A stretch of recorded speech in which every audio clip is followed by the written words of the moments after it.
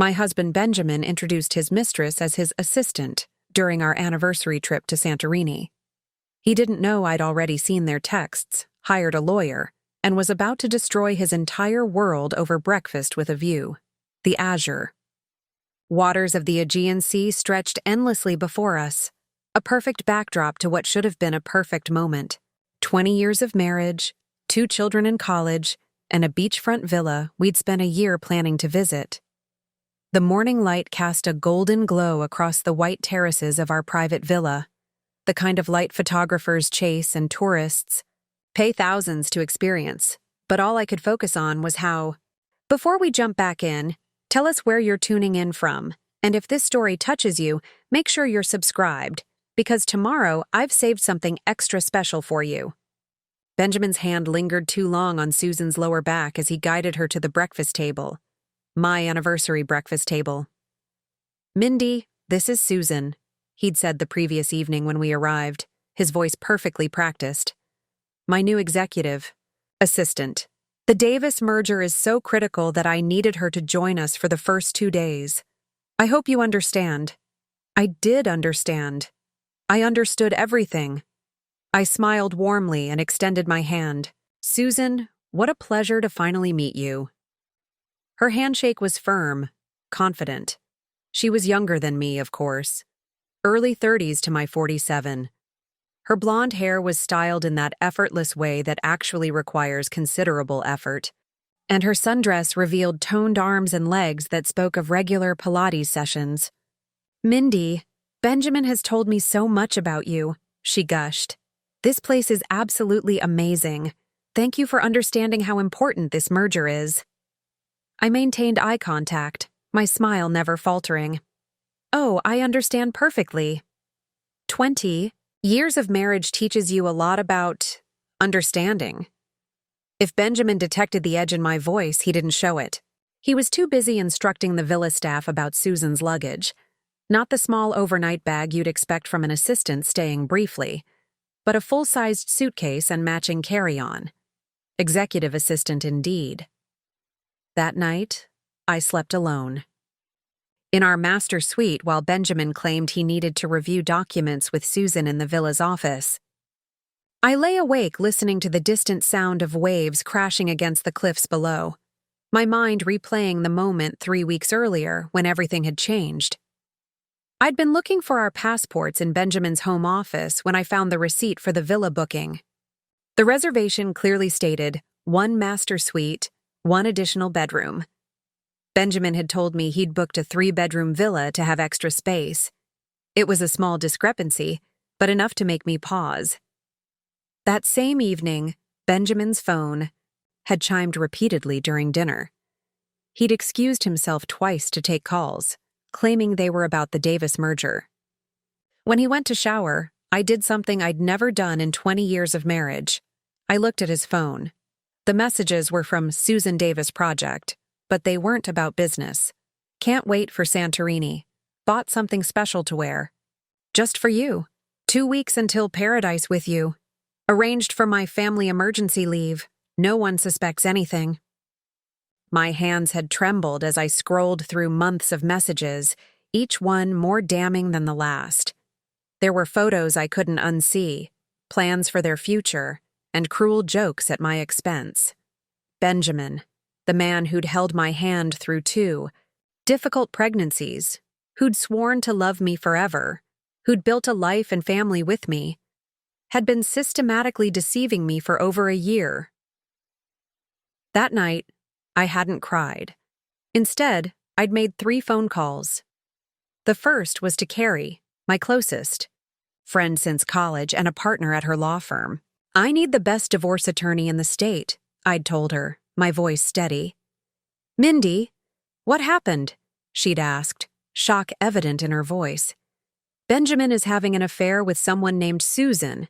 They're planning to run away together after he secures the Davis merger. I need someone ruthless." The second call was to our financial advisor, requesting comprehensive documentation of all our assets, particularly those Benjamin managed through his investment firm. The third call was to Johnny, a private investigator Carrie had recommended. Within a week, he'd provided me with a detailed dossier.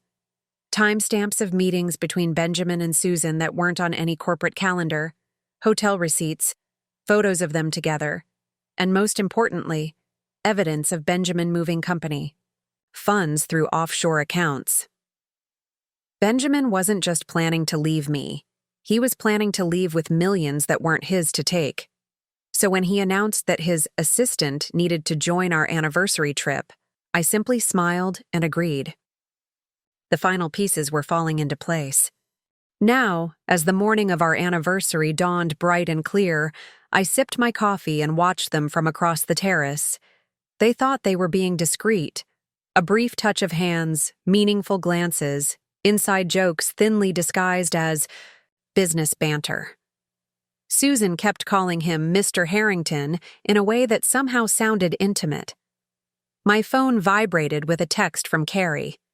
"We landed, 30 minutes out. Everything in place?" I typed back, "Yes, Villa Gates are expecting you. Abe has the financial documents?" "All of it. This will be quick and clean. You okay?" I looked up at Benjamin, who caught my eye and raised his coffee cup in a mock toast. "To 20 amazing years," he called over, his smile not quite reaching. His eyes. Susan fidgeted with her napkin, unable to meet my gaze. "Never better," I replied to Carrie. I set my phone down and stood, smoothing the front of my white linen dress. "Benjamin, I'm going to freshen up before breakfast. I've arranged a special anniversary surprise." His expression flickered with something, guilt? Concern? Before he nodded. "Of course, darling. Should I open the champagne?" "Absolutely," I said. "This is definitely a moment worth celebrating." As I walked inside, I heard Susan whisper, "She seems so calm. Do you think she knows anything?" Benjamin's response floated after me. "Impossible. Mindy doesn't have a suspicious bone in her body. Trust me, she's completely clueless." I smiled. To myself as I touched up my lipstick in the bathroom mirror. In exactly 27 minutes, Carrie would arrive with Abe, the forensic accountant who'd traced Benjamin's financial maneuvers, and Joel, the divorce attorney who specialized in cases involving financial fraud. Benjamin had no idea that while he was planning his new life with Susan, I'd been methodically documenting his affair and his embezzlement. The Davis merger he was so focused on? I'd already spoken with the actual Davis family, who were appalled to learn what their potential business partner was doing behind the scenes. I checked my watch. 25 minutes until the doorbell would ring. 25 minutes until Benjamin's perfectly constructed house of lies would come crashing down around him. 25 minutes until he discovered that the wife he'd dismissed as completely clueless had outplayed him at every turn. I took a deep breath, straightened my shoulders, and prepared to return to the terrace for the last breakfast I would ever share with my husband of 20 years. The game was almost over, and he had no idea he'd already lost. I returned to the terrace with a renewed sense of calm. Benjamin was pouring champagne into crystal flutes, while Susan pretended to review documents on her tablet.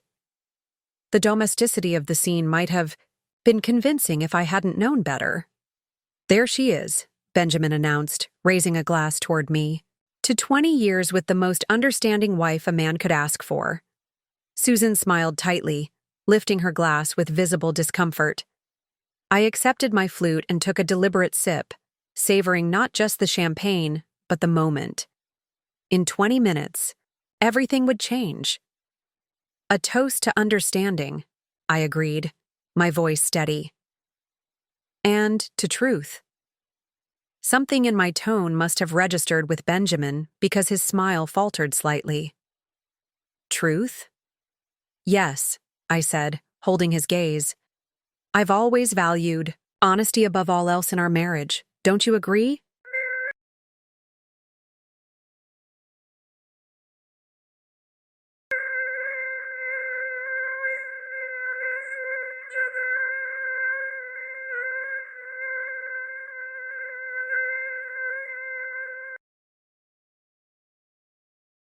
Preparing and narrating this story took us a lot of time, so if you are enjoying it, subscribe to our channel.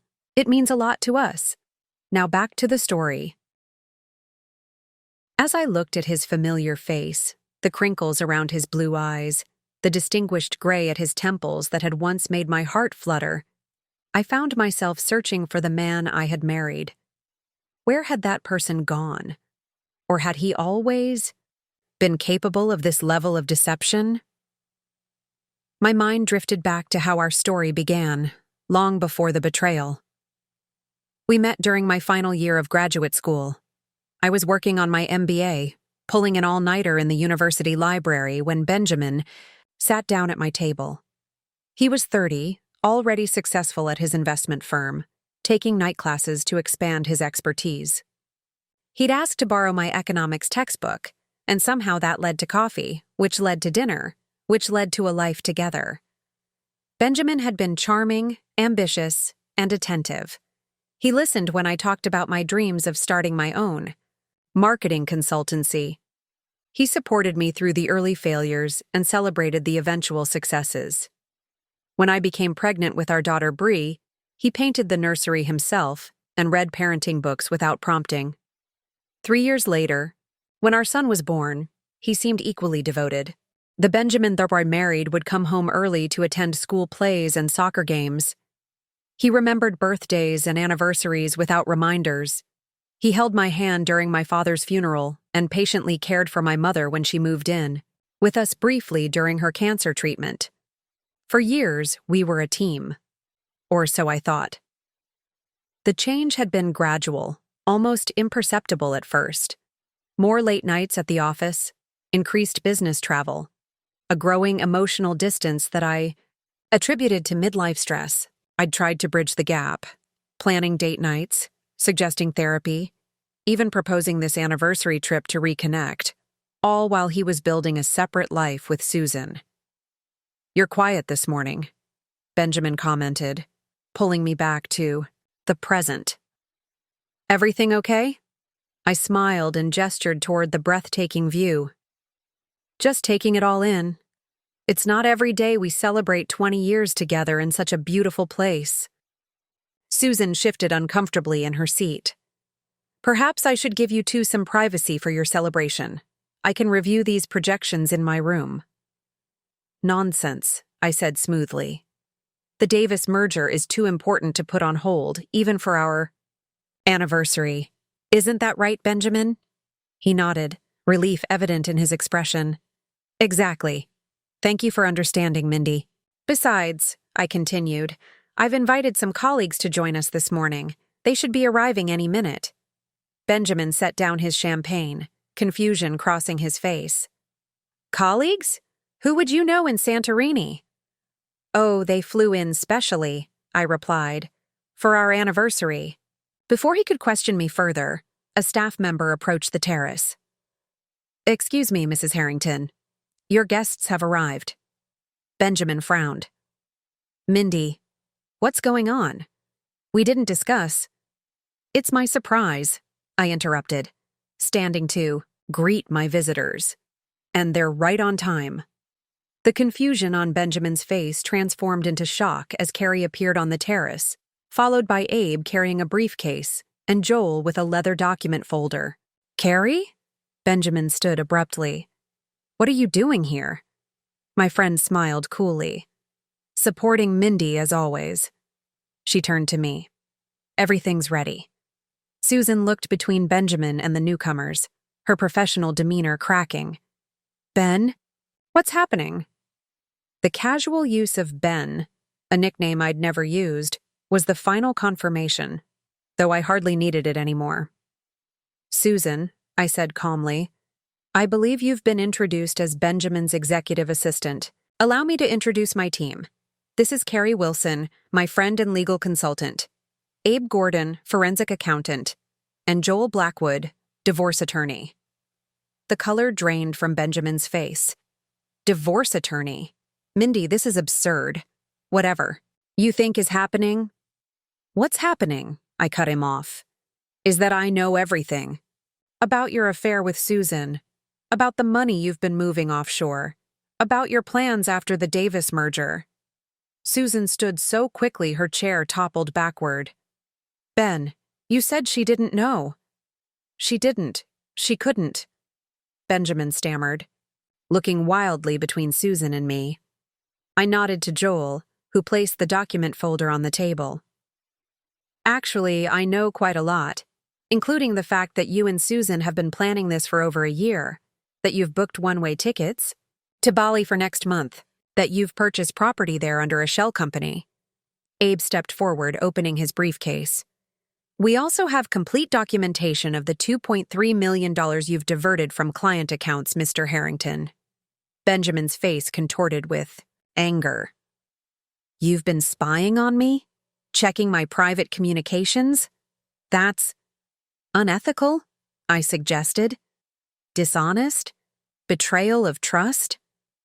Please, tell me more about ethics and honesty while sitting next to your mistress on our anniversary trip. The champagne flute slipped from his hand, shattering on the terrace tiles. No one moved to clean it up. You've made a terrible mistake, Benjamin hissed, his charming facade completely gone. You have no idea what you're doing.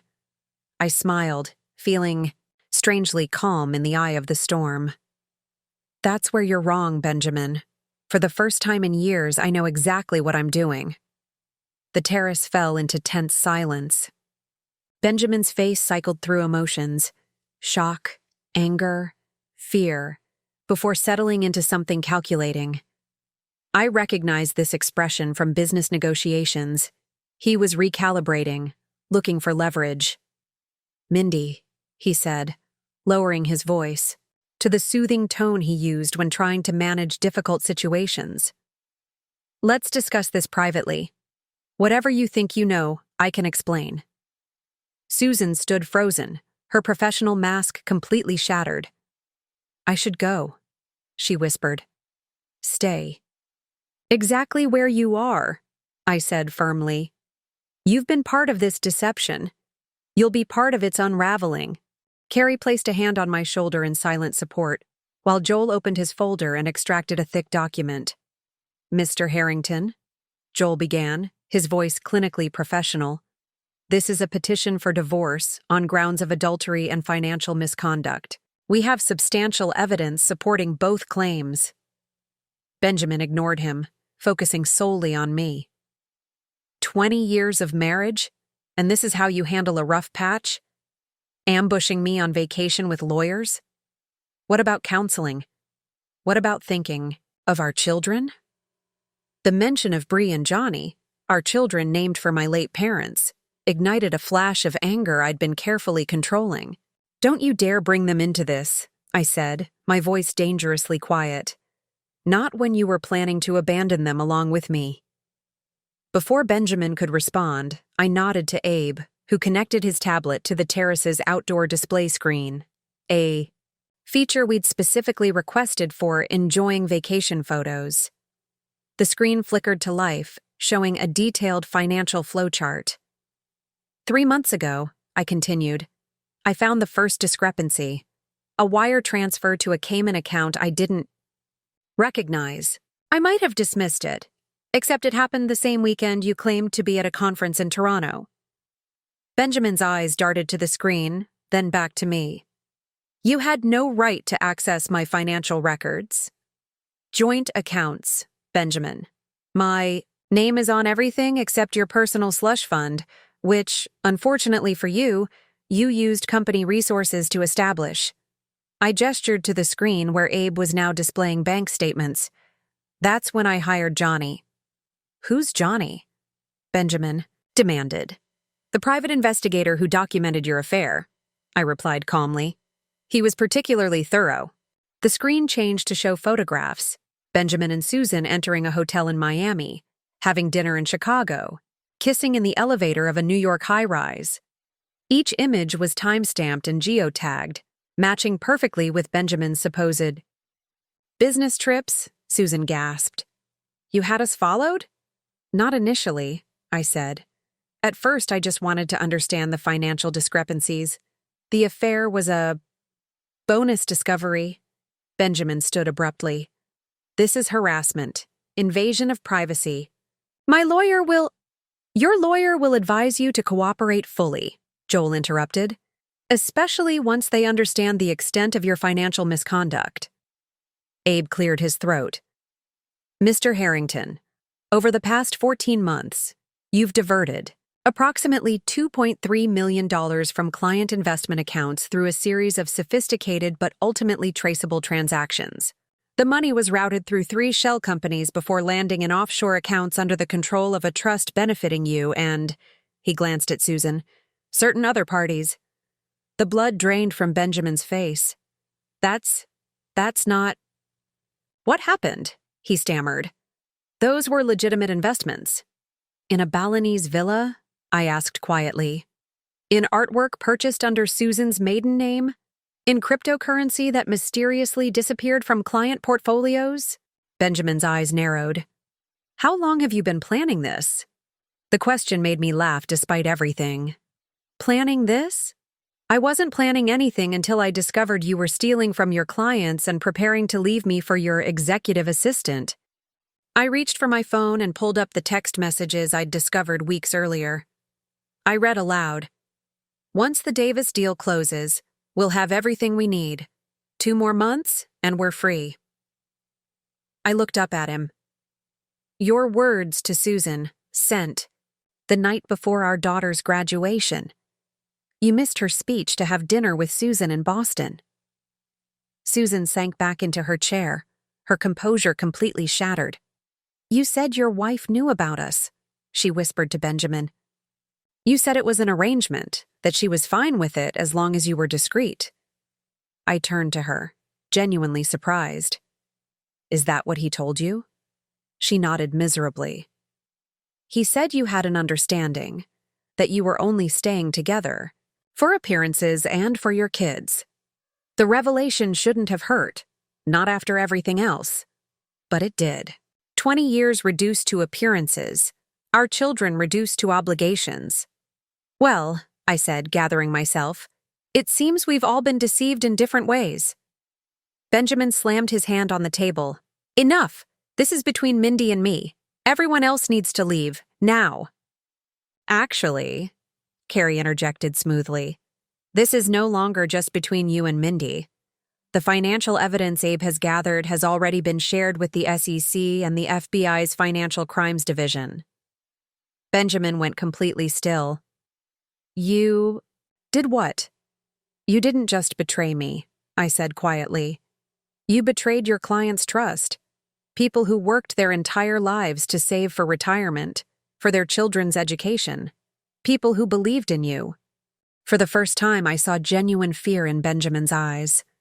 Not the fear of losing his comfortable life or his reputation, but the fear of real consequences.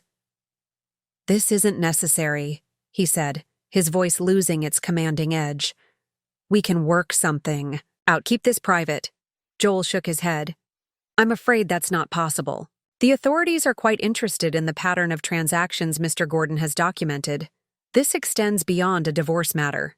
Benjamin turned to me, desperation replacing his earlier confidence. Mindy, think about what you're doing. Think about our family. If this goes public, if there are charges... I have thought about our family, I interrupted. For 20 years, our family was my priority. It should have been yours too. Susan stood shakily. I didn't know about the financial issues. I swear I didn't know he was taking money. Whether I believed her or not was irrelevant. Her complicity in destroying my marriage was enough. Perhaps, I said, but you knew he was married. You knew. He had children. And you chose to participate in the deception anyway. The staff appeared at the edge of the terrace, clearly uncomfortable with the tension. Mrs. Harrington, would you like breakfast to be served now? The ordinary question in this extraordinary moment nearly made me laugh again. I glanced at my watch. Barely 9:30 in the morning, and my entire life had already transformed. Yes, I said, surprising everyone. Please serve breakfast. This might take a while. As the staff arranged platters of fresh fruit, pastries, and local delicacies on the table, I felt an odd sense of clarity. The worst had happened. The betrayal was exposed. And somehow, I was still standing. The absurdity of eating breakfast while dismantling my marriage wasn't lost on me. Yet there was something powerful about maintaining this semblance of normalcy, as if to say, even this betrayal couldn't completely derail me. I spread jam on a piece of toast, my actions deliberate and calm. You know what's interesting, Benjamin?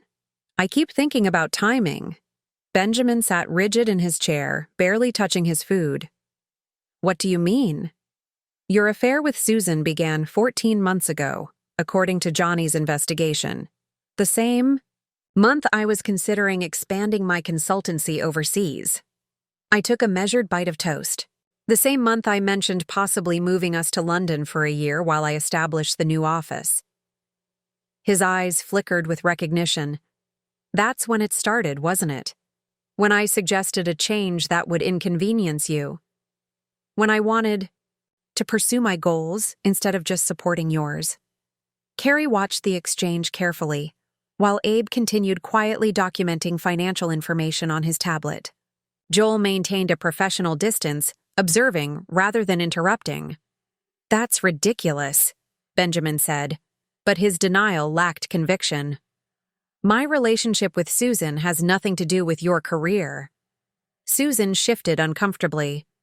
Ben, you told me Mindy's career was just a hobby for her, that she wasn't serious about the international expansion. I turned to her, genuinely curious now. What else did he tell you about me? She hesitated, glancing at Benjamin, who subtly shook his head. Go ahead, I encouraged. I think we're beyond secrets now. Susan straightened slightly. He said you were cold, distant, that you were more interested in your work than your marriage, that you hadn't been intimate in years. The familiar sting of betrayal hit again, but differently this time. These weren't just lies about arrangements or understandings. These were deliberate distortions of who I was as a person, as a wife? Interesting, I replied, my voice remarkably steady. Especially since I planned this entire anniversary trip as a surprise. Booked your favorite activities. Even packed that blue dress you always said you loved.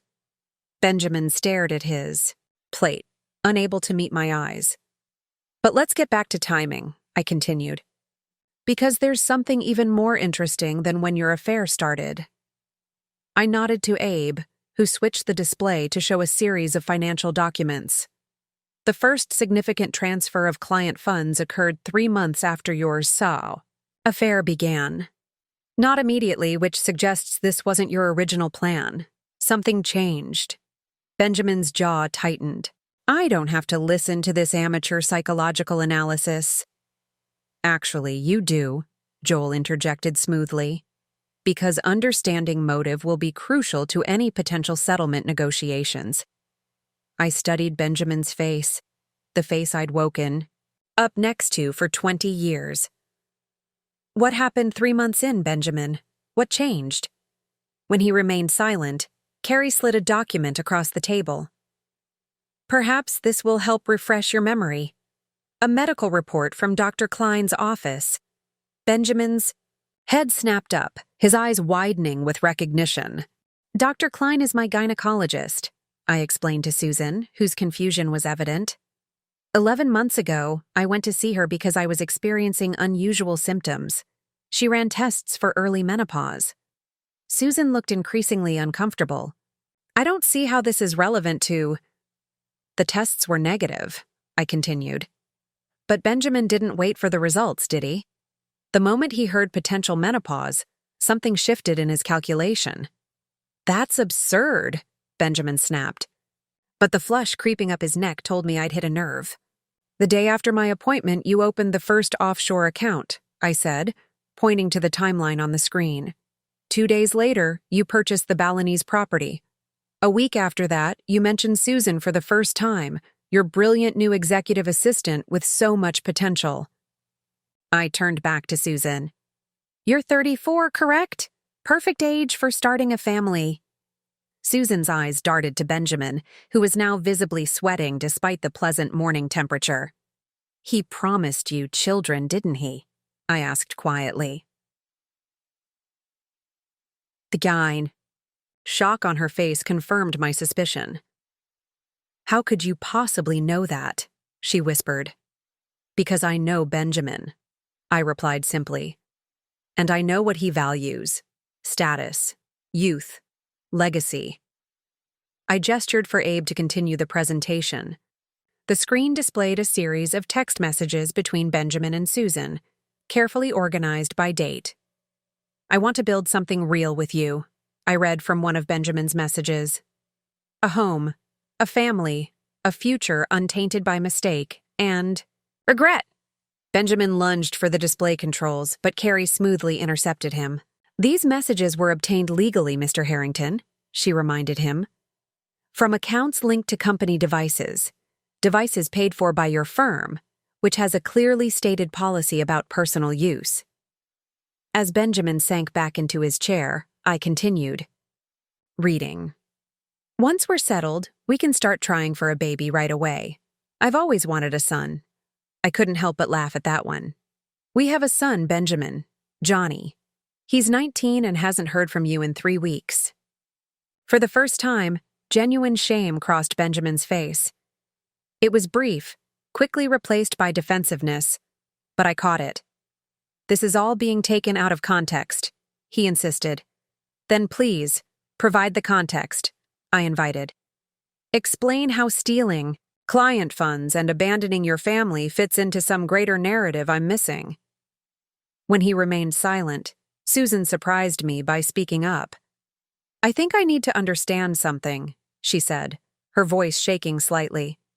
Ben, you told me your marriage was essentially over, that you were staying together for appearances until your children were established. You said Mindy knew about us. Benjamin shifted uncomfortably. I may have simplified the situation. Simplified? Susan's voice rose.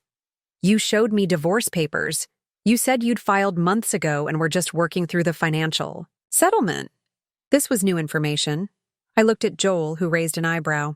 We have no record of any divorce filing, he confirmed. Benjamin's deception was unraveling on multiple fronts. The carefully constructed narrative he'd created for Susan was collapsing alongside the facade he'd maintained with me. I was going to file, he insisted. After the Davis merger, everything was planned. Planned around your financial interests, I noted, not around honesty or respect for either of us. Susan stood abruptly. I need some air. As she hurried from the terrace, Benjamin moved to follow her, but Joel stepped into his path. Mr. Harrington, leaving now would be inadvisable. There are serious matters we need to discuss regarding your financial activities. Benjamin's face hardened as he looked from Joel to me. You've been planning this for weeks, haven't you? This whole trip was a setup. No, I said truthfully. This trip was genuinely meant to be our anniversary celebration. I only decided to confront you here after I discovered you were bringing Susan along. I paused, allowing myself a small smile. Though I must admit, having you both in one place has proven quite efficient. Benjamin slumped back into his chair, the realization of his position finally sinking in. He wasn't just facing a divorce, he was potentially facing criminal charges. His carefully constructed exit strategy was disintegrating before his eyes. What do you want? He asked finally, his voice hollow. I set down my coffee cup and met his gaze directly. I want what I've always wanted, Benjamin. Honesty, respect, justice. For the first time that morning, there was nothing calculated in his expression, only the dawning recognition of just how completely he had underestimated me. The villa staff cleared our barely touched breakfast in uncomfortable silence. Benjamin sat across from me, no longer the confident, charming man who had controlled our marriage for 2 decades, but someone cornered and calculating his remaining options. After they left, Joel placed a thick document folder in front of Benjamin. These are the divorce papers. I suggest you review them with your attorney present, but the key points are straightforward. Equal division of legitimate marital assets, full disclosure of all diverted funds, and a comprehensive alimony structure. Benjamin didn't touch the folder. And if I refuse? Then we proceed to court, Carrie interjected, where the financial evidence will become part of public record. Given the nature of your business, I imagine your clients would be particularly interested in how you've managed their investments. Benjamin's eyes narrowed. You're blackmailing me. No, I said calmly. I'm giving you a choice. Handle this privately with some dignity and tact, or fight and lose everything, including your freedom. A tense silence settled over the terrace. The beautiful Santorini backdrop felt increasingly surreal against the ugliness of our conversation. I need to speak with Mindy alone, Benjamin finally said, his tone less demanding than before. Joel looked at me questioningly. I nodded. It's fine. We'll have a moment. Carrie squeezed my shoulder as she stood. We'll be just inside if you need us. After they left, Benjamin and I faced each other across the table. 20 years of history suspended between us. The warm breeze carried the scent of bougainvillea and salt water, reminders of what should have been a romantic anniversary instead of this wreckage. Why did you do it this way? Benjamin asked, his voice lower now. Why the public humiliation? You could have confronted me privately. The question was so absurd I almost laughed. Public humiliation?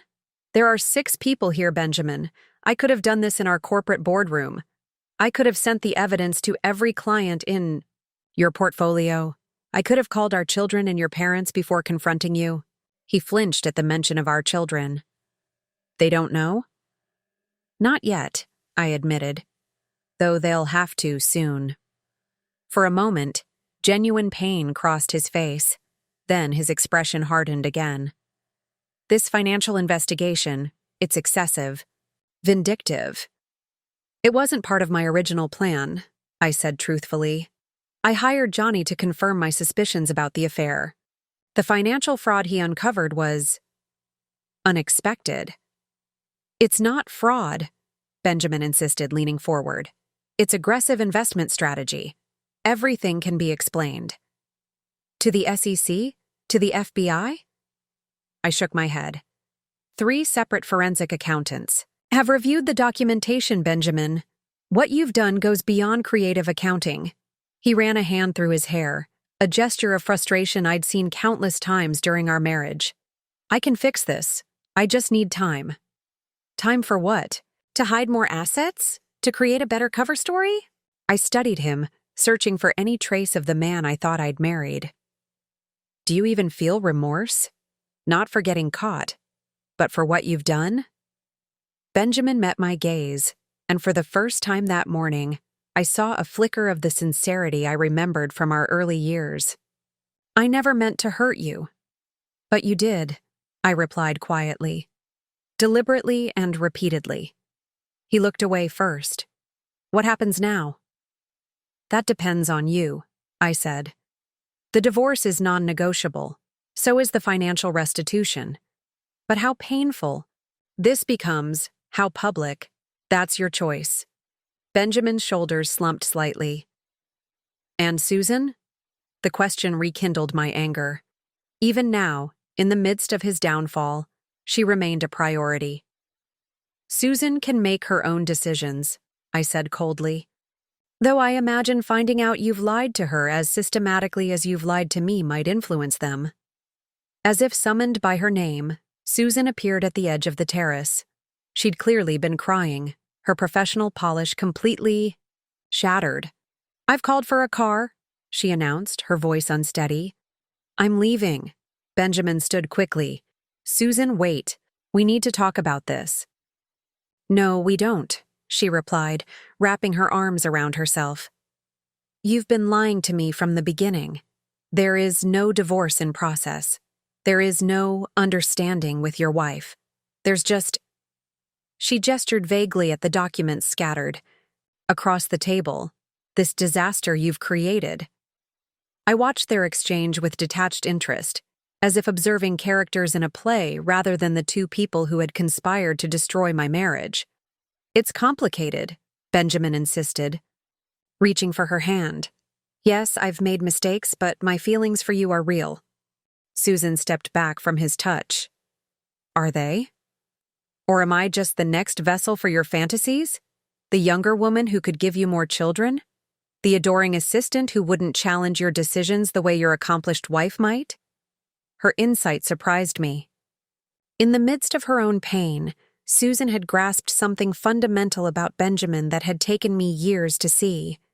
His need for admiration outweighed his capacity for genuine partnership. That's unfair, Benjamin protested. But the argument sounded hollow even to my ears. Is it? Susan's voice hardened. You told me Mindy was cold and distant and focused only on her career, but she planned this entire anniversary trip for you. She's been fighting for your marriage while you've been planning to abandon it. She turned to me unexpectedly. I'm sorry, Mindy. I truly believed your marriage was over. The sincerity in her apology caught me off guard. I had cast Susan as a willing accomplice, but perhaps she had been manipulated as skillfully as I had been. Differently, but just as thoroughly. Thank you, I said simply, unsure what else to offer. Susan nodded before turning back to Benjamin. The financial issues, were those real? Have you actually been taking money? Benjamin's expression shuddered. That's a complicated business, matter that's being misrepresented. It's a yes or no question, Ben. When he didn't answer, Susan nodded as if confirming something to herself. That's what I thought. She picked up her purse from where she'd left it earlier. Goodbye, Ben. I hope whatever you were searching for was worth what you're about to lose. As she walked away, Benjamin seemed torn between following her and continuing our conversation. His hesitation spoke volumes. Go, I said, surprising myself. Try to salvage whatever you can there. We're done for now. He looked at me with genuine confusion. You're letting me leave? I'm not your keeper, Benjamin. I never was. I gestured toward the villa entrance. But when you're done, we still have divorce papers to discuss. And the small matter of the financial investigation won't disappear, regardless of what happens with Susan. For a moment, he seemed about to say something else. Perhaps another justification or plea. Instead, he nodded once and hurried after Susan. I remained at the table, surrounded by the evidence of Benjamin's betrayal and my own methodical response to it. The morning sun had risen higher, casting shorter shadows across the terrace. Somewhere, below, waves continued to crash against the cliffs, indifferent to human drama. I pulled out my phone and texted Carrie. Benjamin's gone after Susan. I'd like a moment alone. Her reply came instantly. Are you sure? We can stay nearby. I'm sure, I typed back. I need to think. For the first time since discovering Benjamin's betrayal, I allowed myself to feel the full weight of what had happened and what was still to come. 20 years of marriage, 2 children who would be devastated, a shared life dismantled by lies. Yet beneath the grief, a strange sense of clarity was emerging. I had survived the worst of it, the discovery, the confrontation. The truth, however, painful. What came next would be on my terms. I remained alone on the terrace, watching clouds drift across the impossibly blue Aegean sky. There was something almost therapeutic about the contrast. The beauty of Santorini against the ugliness, of betrayal, the peacefulness of the setting against the turmoil of my marriage. Footsteps behind me announced Carrie's return. She sat beside me, saying nothing but offering her presence. We'd been friends since our first day of college, roommates who became family. She'd been my maid of honor at my wedding to Benjamin, godmother to our daughter, and now witness to the end of it all. How are you holding up? She finally asked. Strangely calm, I admitted. I thought I'd feel more something, vindication, satisfaction. Instead, I just feel free, she suggested. The word resonated. Yes, free. We sat in comfortable silence before Carrie spoke again. Abe's been going through more records. The situation is worse than we initially thought. Worse how? Benjamin hasn't just been moving his own clients' money. He's been accessing portfolios throughout the firm. The total is closer to $5 million. I closed my eyes, absorbing this new information. Does Joel think this changes our strategy? It strengthens our position, she said, but it also increases the likelihood of criminal charges, regardless of what we decide to do. The gravity of the situation settled over me. What had begun as a confrontation about infidelity had evolved into something with far-reaching consequences beyond our marriage. I never wanted this, I said quietly. I just wanted the truth. Carrie squeezed my hand. I know, but Benjamin made these choices, not you. You're just bringing them to light. The sound of raised voices drifted from inside the villa. Benjamin had returned, and from the sound of it, his conversation with Susan hadn't gone well. I deserve a chance to explain. His voice carried through the open doors. Moments later, he stormed onto the terrace, his composed facade completely shattered. His face was flushed, his designer shirt rumpled. She's leaving, he announced, as if I should share his distress. She won't even listen to me. I regarded him calmly. And that surprises you? He paced the terrace, running his hands through his hair. This is your fault. You've turned everyone against me with these exaggerations and misrepresentations. I've only presented facts, Benjamin. Documents, records, your own messages. I gestured to the table where the evidence still lay. If the truth turns people against you, perhaps the problem isn't with the truth. He stopped pacing and faced me directly. What do you want from me, Mindy? What will it take to make this go away? It doesn't go away, I said evenly. That's not how this works. Joel and Abe rejoined us on the terrace, their expressions grave. Joel placed a revised document on the table. Mr. Harrington, in light of new information, we've amended the settlement proposal. Given the extent of the financial irregularities, we believe this represents a fair resolution that might help mitigate some of the potential criminal consequences. Benjamin snatched up the document, scanning it quickly. His face paled. This is robbery. You want me to surrender my entire stake in the firm? The firm you've been stealing from? I countered. Yes, that seems appropriate. You can't do this, he hissed. Half the firm is mine. I built it. And now you've compromised it, Joel said calmly. The evidence suggests you've been using your position to misappropriate client funds on a scale that could destroy the entire company if it becomes public. Benjamin turned to me, his expression now desperate. Mindy, be reasonable. Think about our children. Think about their inheritance, their future. If I lose my position, if there are legal consequences, I am thinking about our children, I replied steadily. About the example I set for them. About teaching them that actions have consequences, even for people with power and privilege. His desperation shifted to anger. So this is revenge. You're punishing me for Susan. No, I said, maintaining my composure.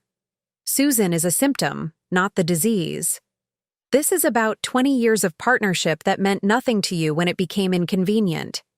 This is about the vows you broke, the trust you betrayed, and the family you were willing to abandon. I made mistakes, he conceded, his voice softer now.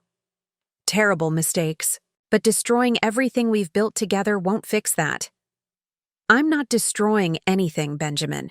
You did that the moment you decided our marriage, our family, and your professional ethics were acceptable collateral damage for your midlife crisis. For a moment, genuine pain flashed across his face. Then his expression hardened again.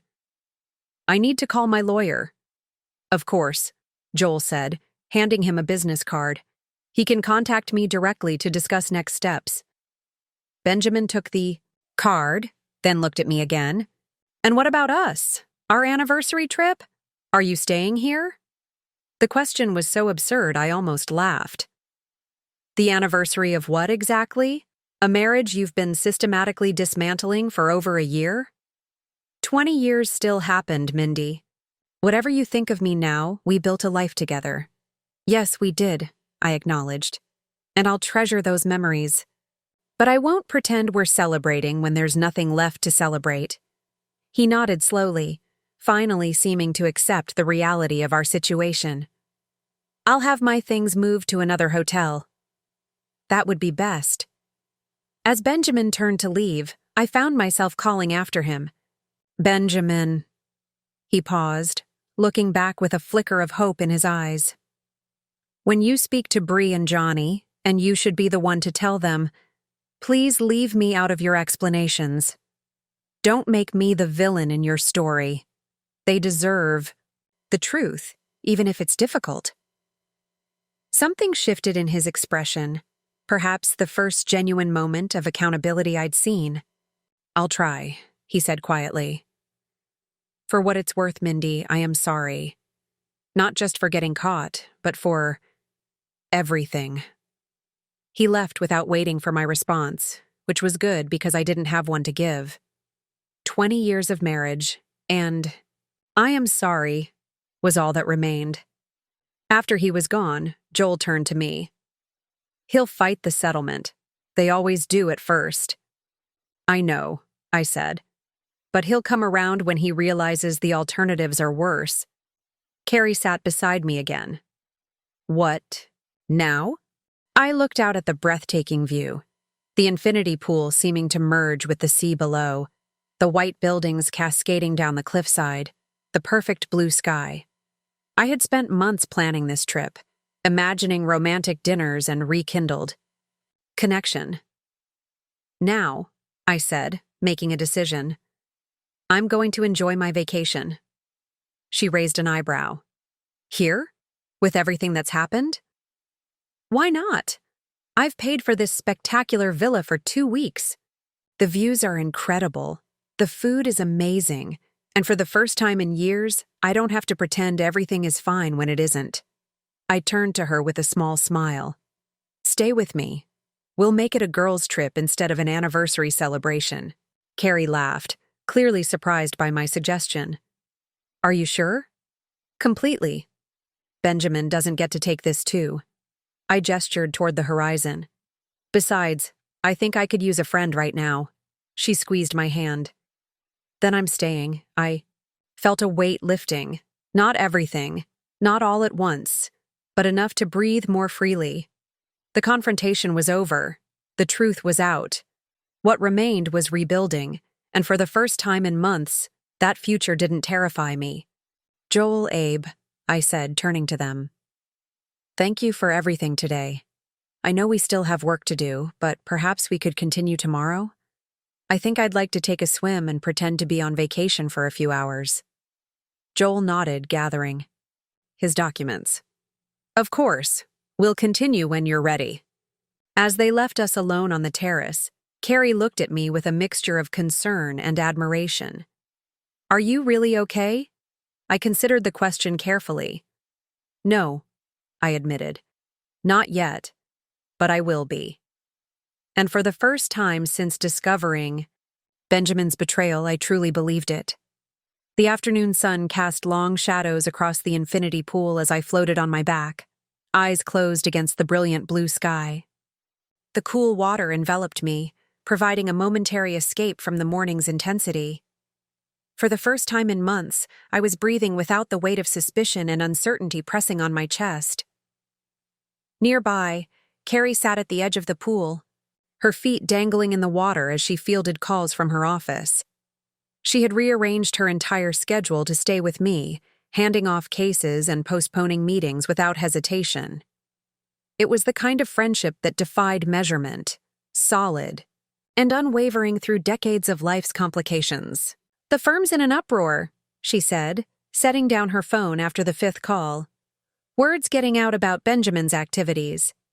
I adjusted my position to tread water. How bad is it? Bad enough. The senior partners are calling an emergency meeting.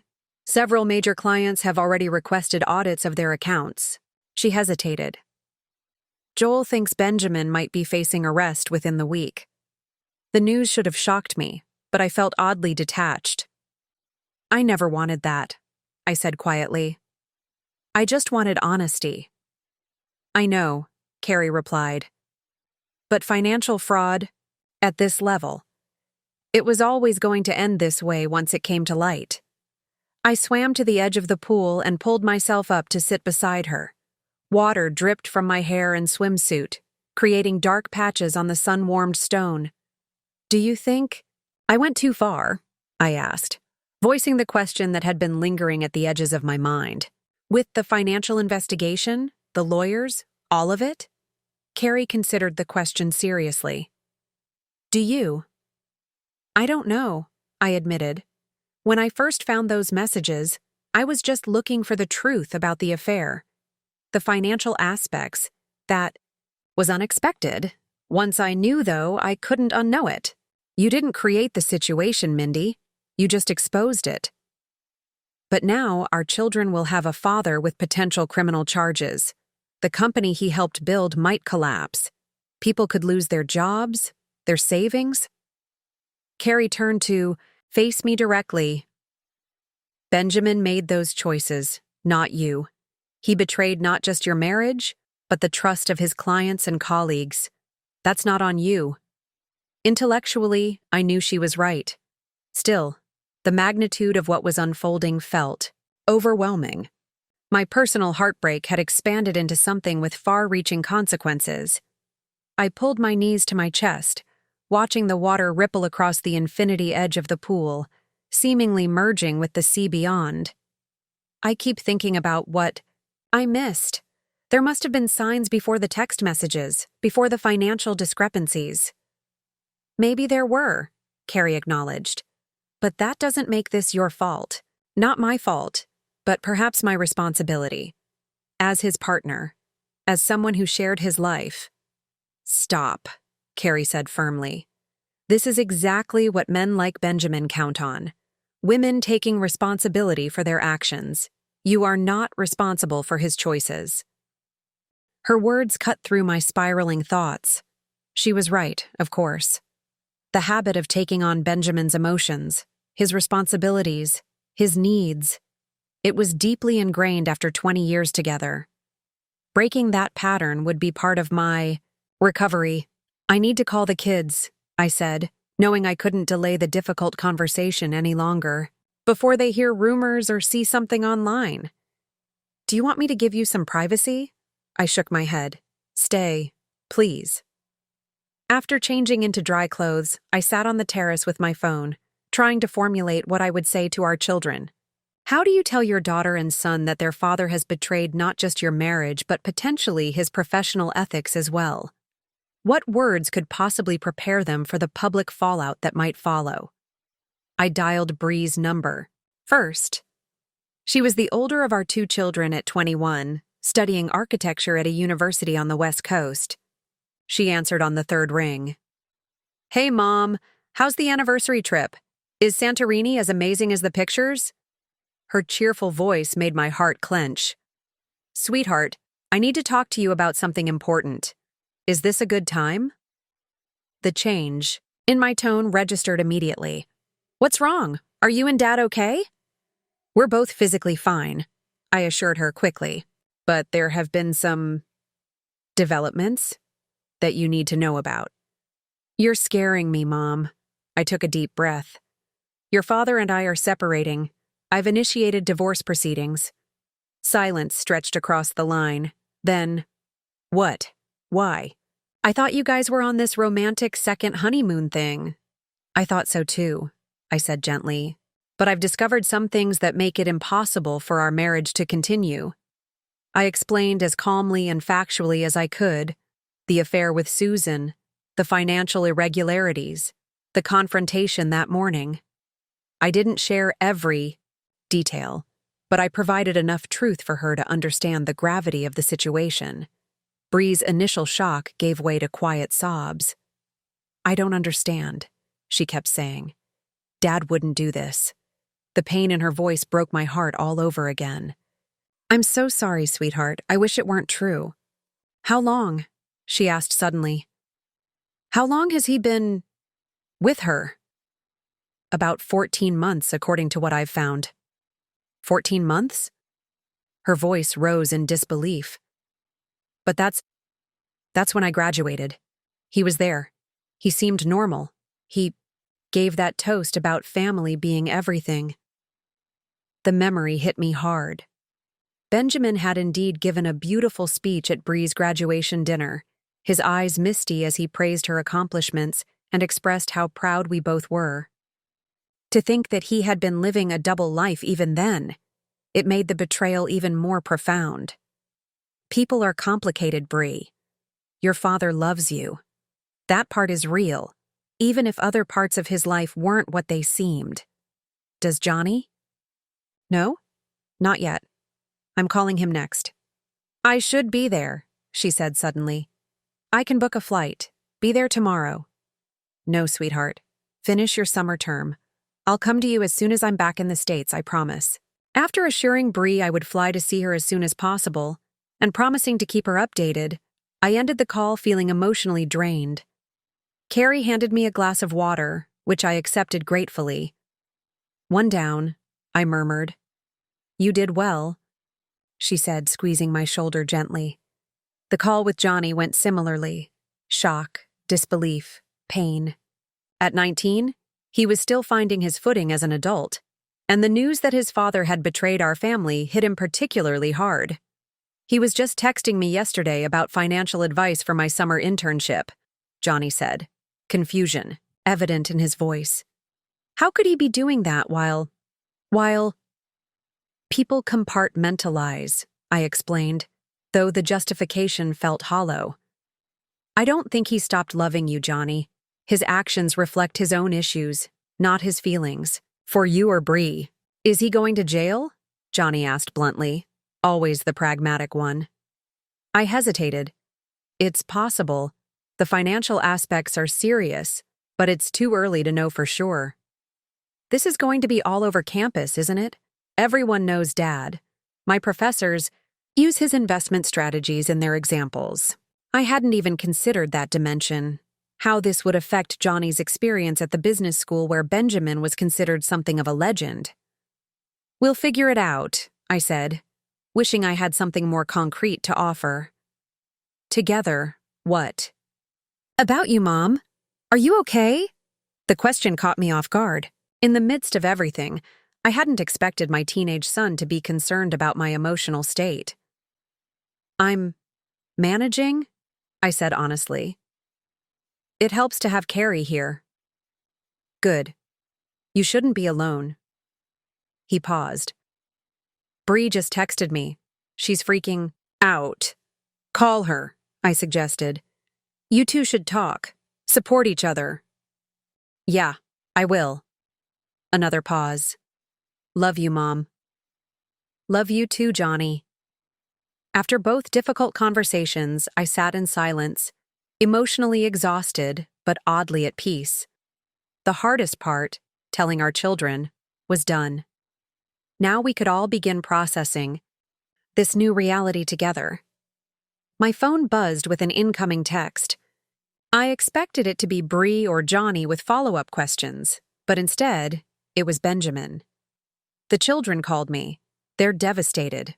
I hope you're satisfied." The accusatory tone reignited a flash of anger. I started to type a heated response, then deleted it. Instead, I wrote, "They deserved to hear the truth from us before seeing it elsewhere. How you rebuild your relationship with them is up to you." I set the phone down, determined not to engage further. Benjamin's attempts to shift blame were predictable but no longer effective. Carrie watched me with concern. "You okay?" "Better than I expected," I admitted. Telling the kids was awful, but also clarifying somehow. Like the final confirmation that this is really happening. The villa staff appeared to ask about dinner arrangements, and I made decisions. About the menu with a strange sense of normalcy. Life continued, even in the midst of personal upheaval. Dishes still needed to be selected. Meals still needed to be eaten. Later, as we sat down to a simple but elegant dinner of grilled fish and local vegetables, Carrie raised her wine glass. To survival, I clinked my glass against hers. To more than survival. To whatever comes next. After dinner, unable to sleep despite my emotional exhaustion, I wandered onto the terrace. The night was warm, the sky a canvas of stars more vibrant than I'd ever seen in the city. The beauty of this place, a beauty I had dreamed of sharing, with Benjamin, remained unchanged despite everything that had transpired. From the terrace, I could see the lights of nearby villas dotting the cliffside, each one representing lives unfolding in their own complex ways. How many other dramas were playing out behind those picturesque white walls? How many other marriages were thriving or failing in this paradise? A shooting star streaked across the sky, and I found myself making a wish, not for reconciliation or revenge, but for peace. Peace for our children as they processed their father's betrayal.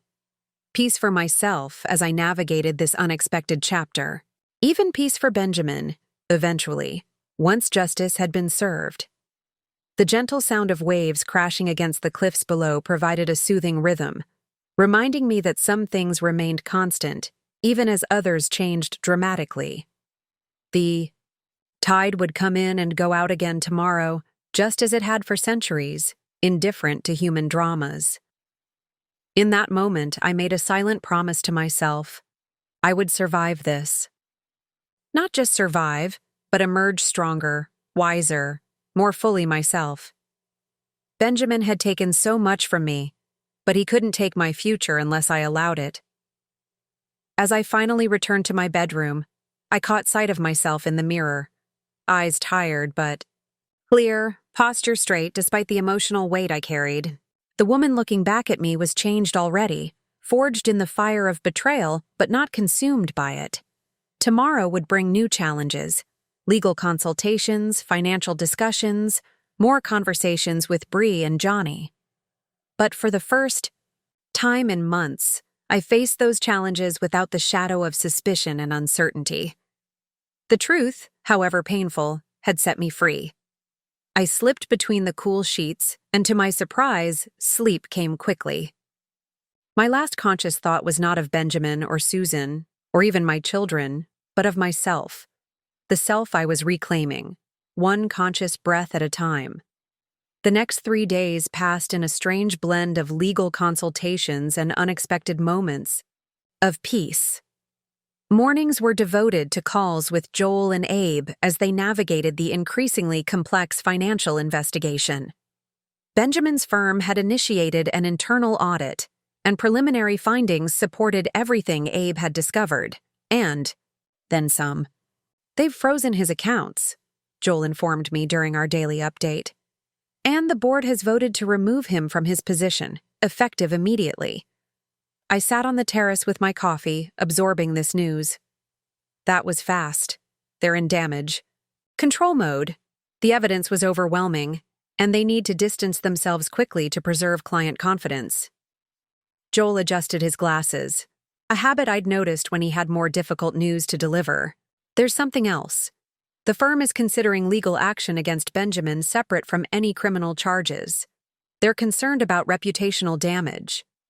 "What does that mean for the divorce proceedings?" I asked. "It complicates things," he admitted. "If the firm pursues civil litigation, they may try to claim assets that would otherwise be part of the marital estate." I sighed, running a hand through my hair. "So, even the divorce gets more complex because of his actions." "Unfortunately, yes. But we're staying ahead of it. Abe has been working with their forensic team to establish clear timelines of which assets were acquired legitimately versus those tied to questionable transactions." After the call ended, I remained at the terrace table, watching the morning light play across the Aegean. The speed with which Benjamin's carefully constructed life was unraveling should have brought me satisfaction. Instead, I felt a complicated mixture of vindication and sadness. Not for Benjamin, but for what could have been if he'd made different choices. Carrie emerged from her room, already dressed for the day in linen pants and a light blouse. "More bad news?" she asked, noting my expression. "Just complications," I replied. "Benjamin's firm is cutting ties completely. Possible civil litigation." She nodded, unsurprised. "Standard procedure. They need to show clients and regulators they're taking decisive action." "I keep thinking about his colleagues," I said. "People like Abe Gordon, who've worked with Benjamin for years. They must feel so betrayed." "Professional betrayal hits differently," Carrie agreed, pouring herself coffee. "But that's not your burden to carry, Mindy." "I know. It's just the ripple effects keep expanding." Carrie studied me for a moment. "What do you need? Today? More legal strategizing or a break from all of it?" I considered the question seriously. Since discovering Benjamin's betrayal, I had been in constant motion, investigating, planning, confronting. Even here in Santorini, surrounded by beauty, my mornings had been consumed by legal discussions and financial analysis. A break, I decided suddenly. Just for today.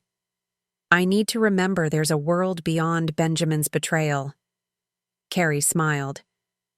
"I was hoping you'd say that. I've already looked into options. We could take a cooking class, go wine tasting at a local vineyard, or hike the path from Fira to Oya." "The hike," I said without hesitation. "I need to move, to feel my body working for something besides stress management." An hour later, we were on the famous hiking trail that wound along the caldera's edge. The path offered spectacular views of the volcanic basin and the whitewashed villages that clung to the cliffside. The physical exertion felt cleansing somehow, my muscles working in harmony after months of tension. "I can't believe I almost missed this," I said, pausing to take in a particularly breathtaking vista. "If I'd stayed locked in that villa, drowning in legal details—" "But you didn't," Carrie pointed out. "That's what matters."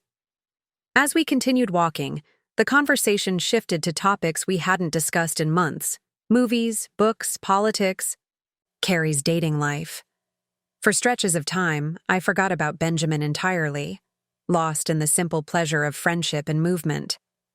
We stopped for lunch at a small taverna in Imerovigli, the highest point of the island. Over fresh Greek salad and tzatziki, I found myself laughing at Carrie's story about a disastrous court case involving feuding neighbors and an escaped pet iguana. "I haven't heard you laugh like that in months," she observed. I paused, realizing she was right. "I guess I haven't had much reason to." "You will again," she said confidently. "This part, the pain, the legal mess, the adjustment. It's just a chapter, not the whole story." After lunch, we continued our hike, eventually reaching Oya as the afternoon light began to soften. The iconic blue-domed churches and cascading white buildings were even more spectacular in person than in the countless photographs I'd seen while planning this trip. "It's weird," I said, as we wandered through the narrow streets. "I researched all of this so carefully, planning the perfect anniversary trip, finding the most romantic restaurants, the best sunset views, the ideal excursions. And now," Carrie prompted, "now I'm seeing it all anyway, just differently, without the pressure of creating perfect romantic memories." We passed a small jewelry shop where the artisan was working on a silver piece in the window. Something about the craftsmanship caught my eye, and I paused to watch his hands moving with practiced precision. "Want to go in?" Carrie asked. Inside, the small shop was filled with handcrafted pieces that reflected Greek mythology and symbolism. While Carrie examined a display of earrings, I found myself drawn to a simple silver pendant shaped like a phoenix. "You have good taste," the shopkeeper said, noticing my interest. "The phoenix is special. It represents rebirth, transformation, rising from the ashes to begin again." The symbolism wasn't subtle, but it resonated deeply. I purchased the necklace and wore it out of the shop, my fingers occasionally rising to touch the cool metal against my skin. By the time we returned to the villa, the sun was beginning to set, painting the white buildings in shades of gold and rose. We'd arranged for a private dinner on our terrace, and the staff had outdone themselves. Candles flickered in hurricane. Lamps? Local wine was chilling in an ice bucket, and the smell of fresh seafood wafted from covered platters. This is technically our anniversary dinner, I realized aloud. The one I planned months ago. Carrie looked concerned. We can cancel. Do something else. No, I said firmly. This is perfect, just not in the way I expected. As we settled, at the table, Carrie raised her glass in a toast. To new beginnings, she said. I touched my glass to hers. To rising from the ashes. We were interrupted by my phone buzzing with an incoming email from Joel. The subject line read, Settlement. Proposal urgent. Benjamin's lawyers have reached out, I told Carrie after reading the message. They're proposing a settlement structure. Joel thinks it's actually quite reasonable. That's unexpected, she said. What changed? According to Joel, the criminal investigation has rattled Benjamin. He's looking to resolve our situation quickly so he can focus on his legal defense. I scrolled through the details of the proposal. Benjamin was offering a clean division of our legitimate assets, with additional compensation from his personal accounts to make up for what he'd taken. He was relinquishing any claim to our primary residence and agreeing to my terms regarding spousal support. He's giving you everything you asked for, Carrie observed, reading over my shoulder. Not out of generosity, I noted. Out of necessity. He needs this resolved before the criminal case proceeds. Does it matter why? She asked. The outcome is the same. I considered her point. Did Benjamin's motivations matter if the result was fair? Perhaps not from a practical standpoint. Yet something in me needed more than just financial resolution. I drafted a reply to Joel. The terms are acceptable with one addition. I want a letter from Benjamin, not his lawyers, not a form apology, but from him personally, acknowledging what he did and taking full responsibility. Not for legal purposes, but for me. Carrie raised an eyebrow. Do you think he'll do it? I don't know, I admitted. But it's important to me. I spent months questioning my perceptions, my worth, my understanding of our marriage. I need him to acknowledge the reality of what happened, not for public vindication, but for my own closure. She nodded, understanding. I hope he has that much decency left. As we returned to our meal, I felt a shift in my perspective. Subtle, but significant. For the first time since discovering Benjamin's betrayal, I was making demands based on my emotional needs, not just practical considerations. I was acknowledging that my healing mattered, that my truth deserved recognition. Later that evening, Carrie excused herself to take a call from her office, leaving me alone on the terrace. The night had turned cool, and I wrapped a light shawl around my shoulders as I gazed at the constellation of lights from villages dotting the Caldera Rim. My phone rang, a number I didn't recognize with a Santorini area code. Curious, I answered. Mrs. Harrington? A woman's voice asked. This is Susan. My heart skipped a beat. Susan, I'm surprised to hear from you. I'm still on the island, she said, her voice tight with tension. I couldn't get a flight out until tomorrow. I see. I kept my tone neutral, unsure where this conversation was heading. I need to talk to you, she continued. In person, if possible. There are things you should know. Things about Benjamin. That might be relevant to your situation. My initial instinct was to refuse. What could Susan possibly tell me that would matter now? Yet something in her voice, a note of desperation tinged with determination, gave me pause. Why would you want to help me? I asked bluntly. I'm not doing it for you, she replied with equal directness. I'm doing it because it's right, and because I'm angry too.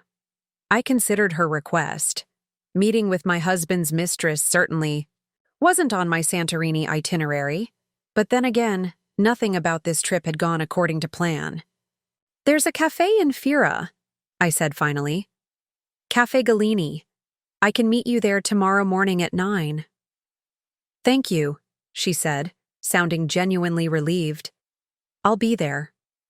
After hanging up, I sat with the strangeness of the moment. 24. Hours ago, I would have said Susan was the last person I'd willingly meet for coffee. Now, I found myself curious about what she might reveal. When Carrie returned, I told her about the call. Her eyebrows shot up in surprise. "Are you sure about this?" she asked. "What if it's some kind of trap?" "What kind of trap could it be?" I countered. "The confrontation already happened. The divorce is proceeding.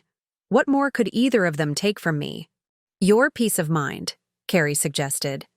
"This could be Benjamin using her to manipulate you emotionally." I considered this possibility. Maybe. But my instinct says she's acting on her own. She sounded angry, betrayed.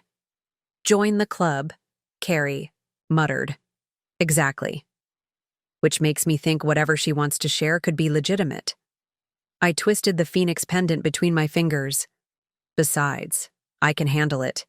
If it's manipulation, I'll walk away. If it's useful information, I'll listen.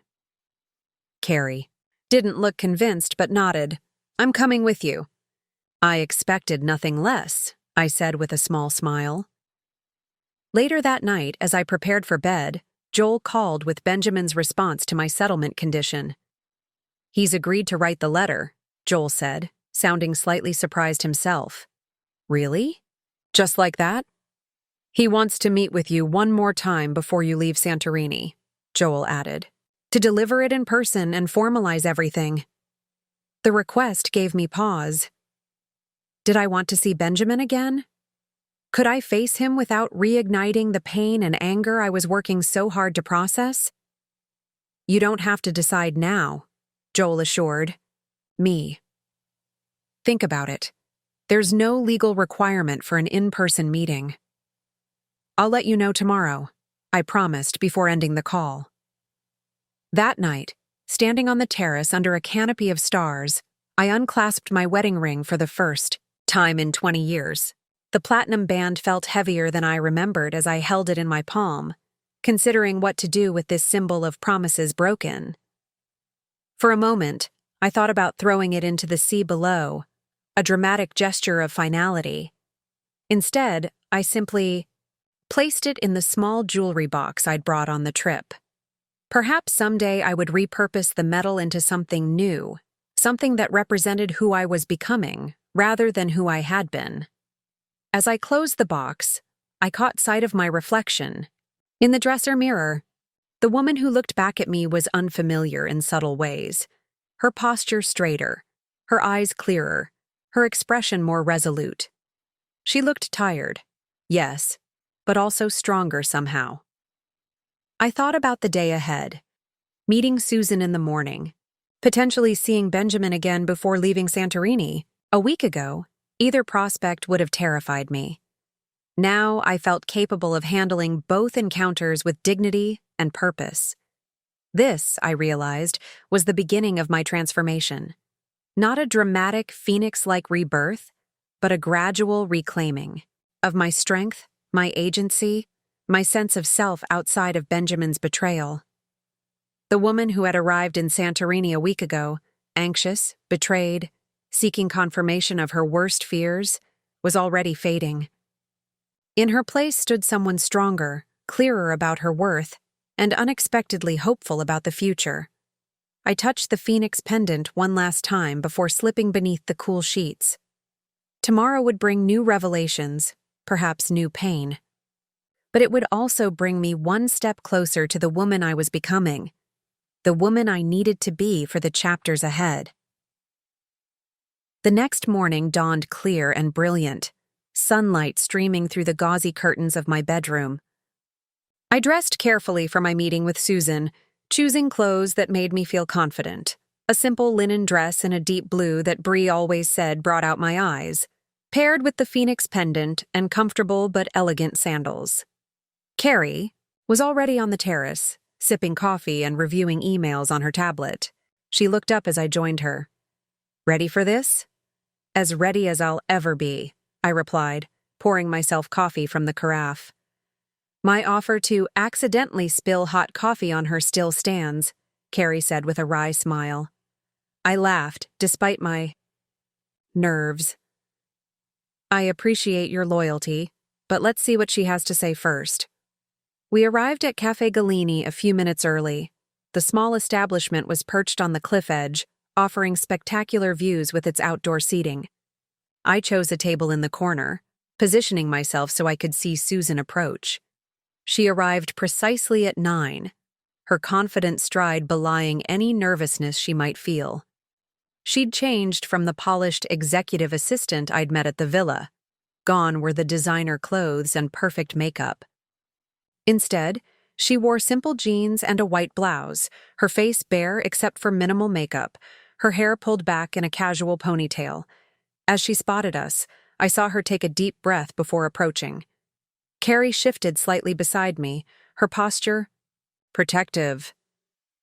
"Thank you for meeting me," Susan said, her voice steady as she took the seat across from us. "I know this is unusual." "That's certainly one word for it," I replied. "Why did you want to see me, Susan?" She glanced at Carrie questioningly. "This is Carrie Wilson," I said. "My attorney and friend. Anything you have to say to me, you can say in front of her." Susan nodded, accepting this boundary. She ordered a coffee from the hovering waiter, then turned back to me. "After I left the villa," she began, "I went directly to the airport, hoping to get a flight out. While waiting, I started going through my emails and texts, trying to understand how I could have been so completely fooled. The waiter returned with her coffee. She added sugar with methodical precision, clearly gathering her thoughts. "I met Benjamin 14 months ago at a financial conference in Chicago," she continued. "I wasn't his assistant then. I worked for a competitor, actually. He was charming, attentive, and very clear that his marriage was essentially over." She met my gaze directly. "He told me you had agreed to stay together in name only until your children were established." "That was a lie," I said simply. "I know that now," she acknowledged. "But at the time, I believed him. I had no reason not to. He showed me divorce papers, said you'd filed months ago and were just working through the financial settlement." "Another lie," I noted. "There were never any divorce papers." Susan nodded. "After a few months, he offered me the position at his firm. Said it would be easier for us to be together, and I'd be advancing my career at the same time. It seemed perfect." "When did you realize things weren't what they seemed?" Carrie asked. Susan traced the rim of her coffee cup with one finger. "There were small inconsistencies. Times when he'd cancel plans suddenly. Calls he wouldn't take in front of me. But he always had plausible explanations." She sighed. "I'm not proud of how willingly I accepted them." I studied her carefully, searching for manipulative intent, but finding only what appeared to be genuine regret. "What changed?" I prompted. "Why are you telling me this now?" "Two things," she said. "First, what I learned at the villa. That there was no divorce in process. That you had no idea about us. That everything Benjamin told me about your marriage was a lie. And the second thing?" Susan reached into her bag and withdrew a USB drive, placing it on the table between us. "This. After I left the villa, I started going through every email, every document Benjamin had ever shared with me. I found things that concerned me. Financial documents, I guessed." She nodded. "Exactly. I'm not a forensic accountant, but I worked in finance long enough to recognize irregular transactions. There are emails here discussing movements of funds that seemed questionable. Benjamin was careful, but not careful enough." "Why give this to me?" I asked. Why not go directly to the authorities? Because I don't know if I'm implicated, she admitted, her voice dropping. Some of these transactions involved accounts I had access to as his assistant.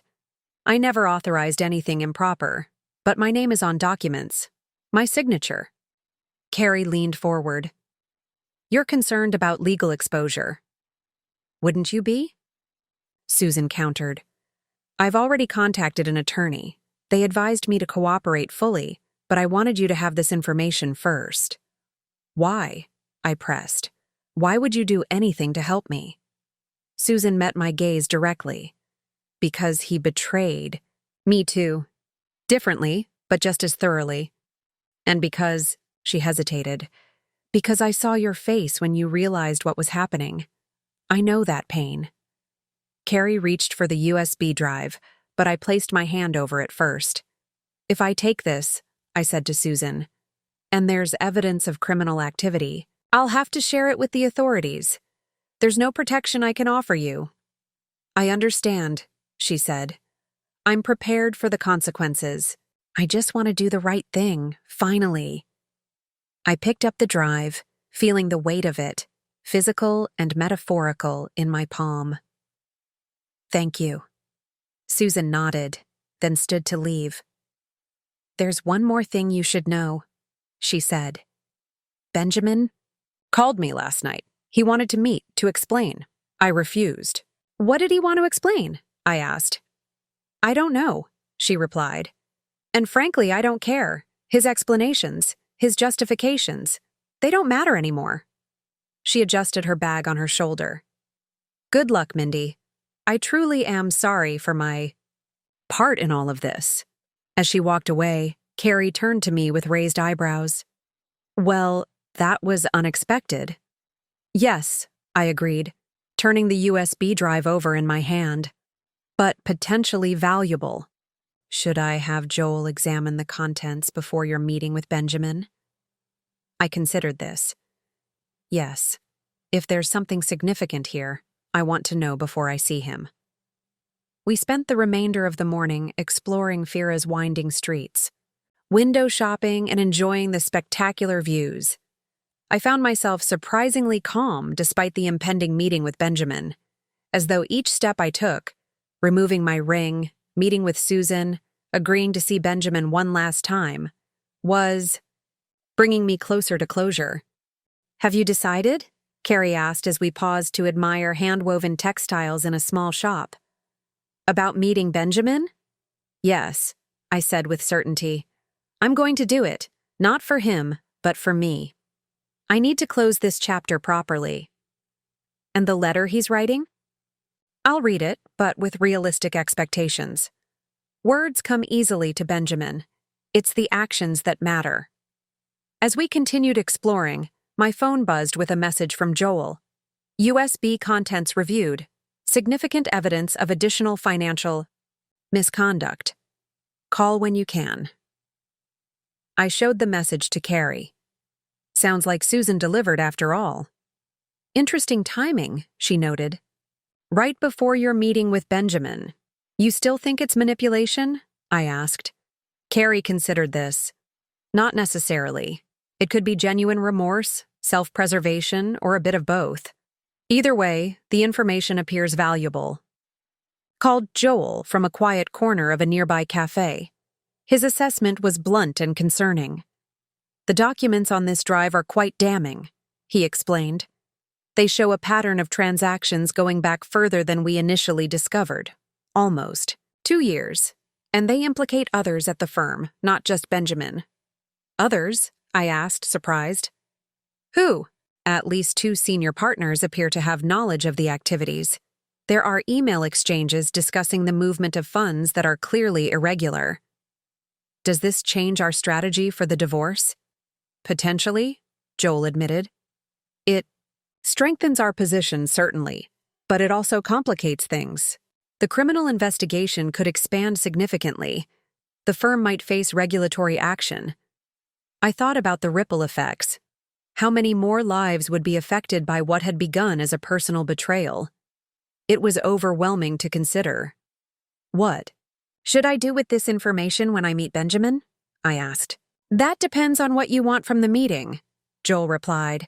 If your goal is closure on personal terms, bringing up the new evidence might derail that conversation.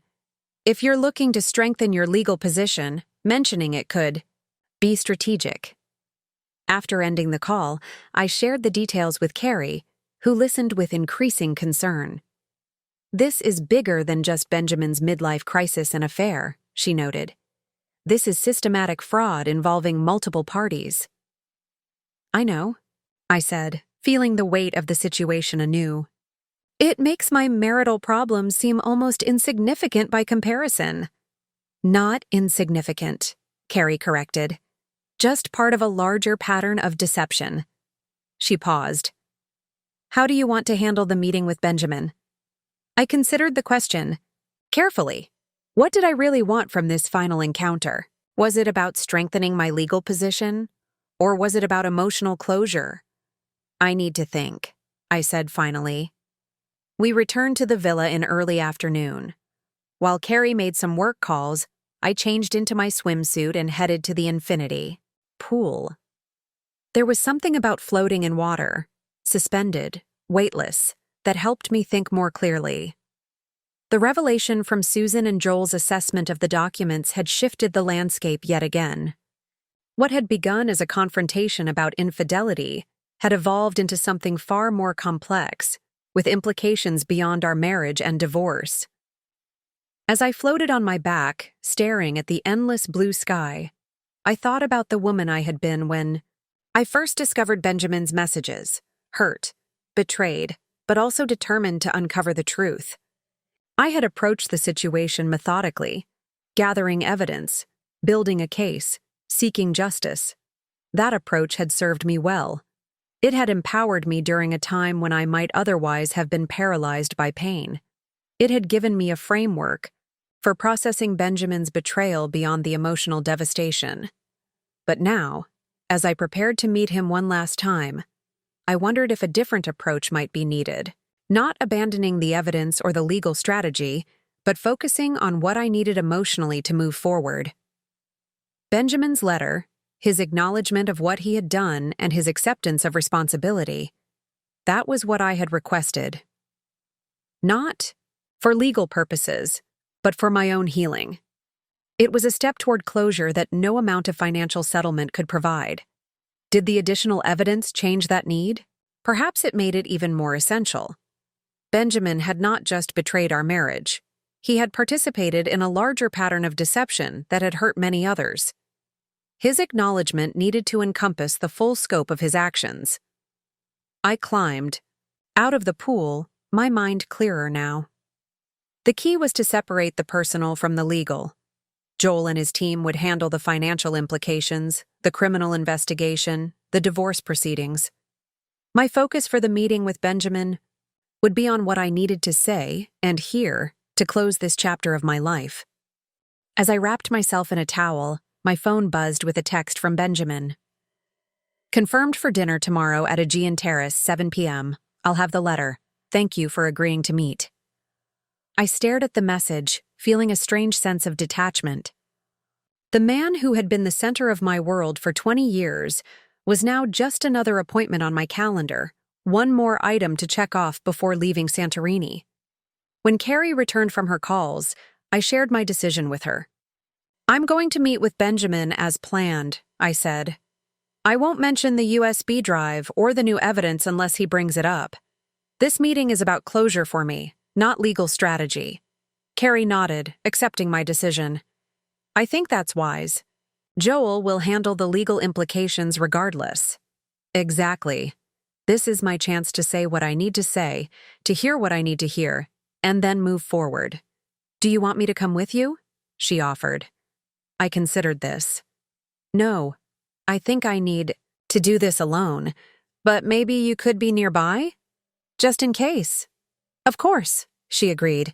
I'll find a place close to the restaurant. Text me if you need anything. That evening, we booked a sunset boat cruise around the caldera, another activity I had originally planned for Benjamin and me.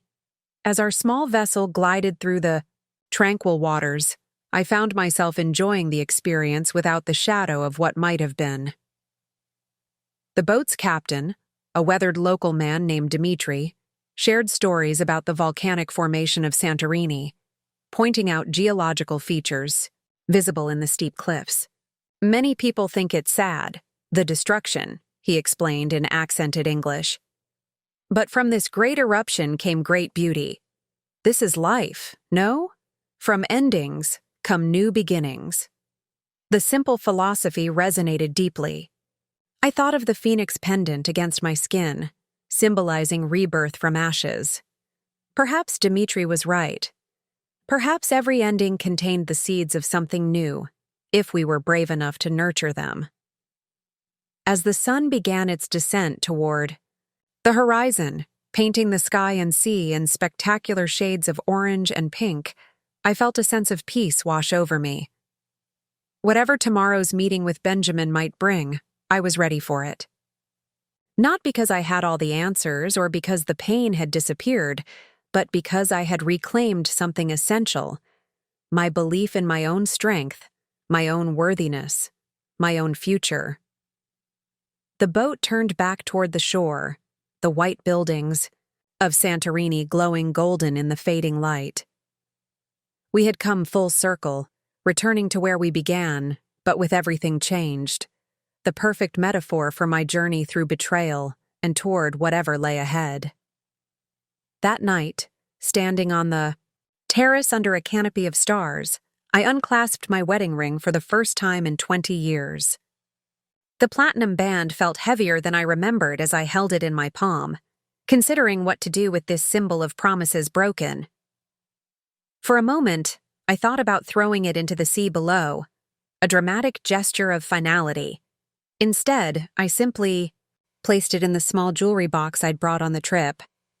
Perhaps someday I would repurpose the metal into something new, something that represented who I was becoming rather than who I had been. The woman who had arrived in Santorini a week ago, anxious, betrayed, seeking confirmation of her worst fears, was already fading.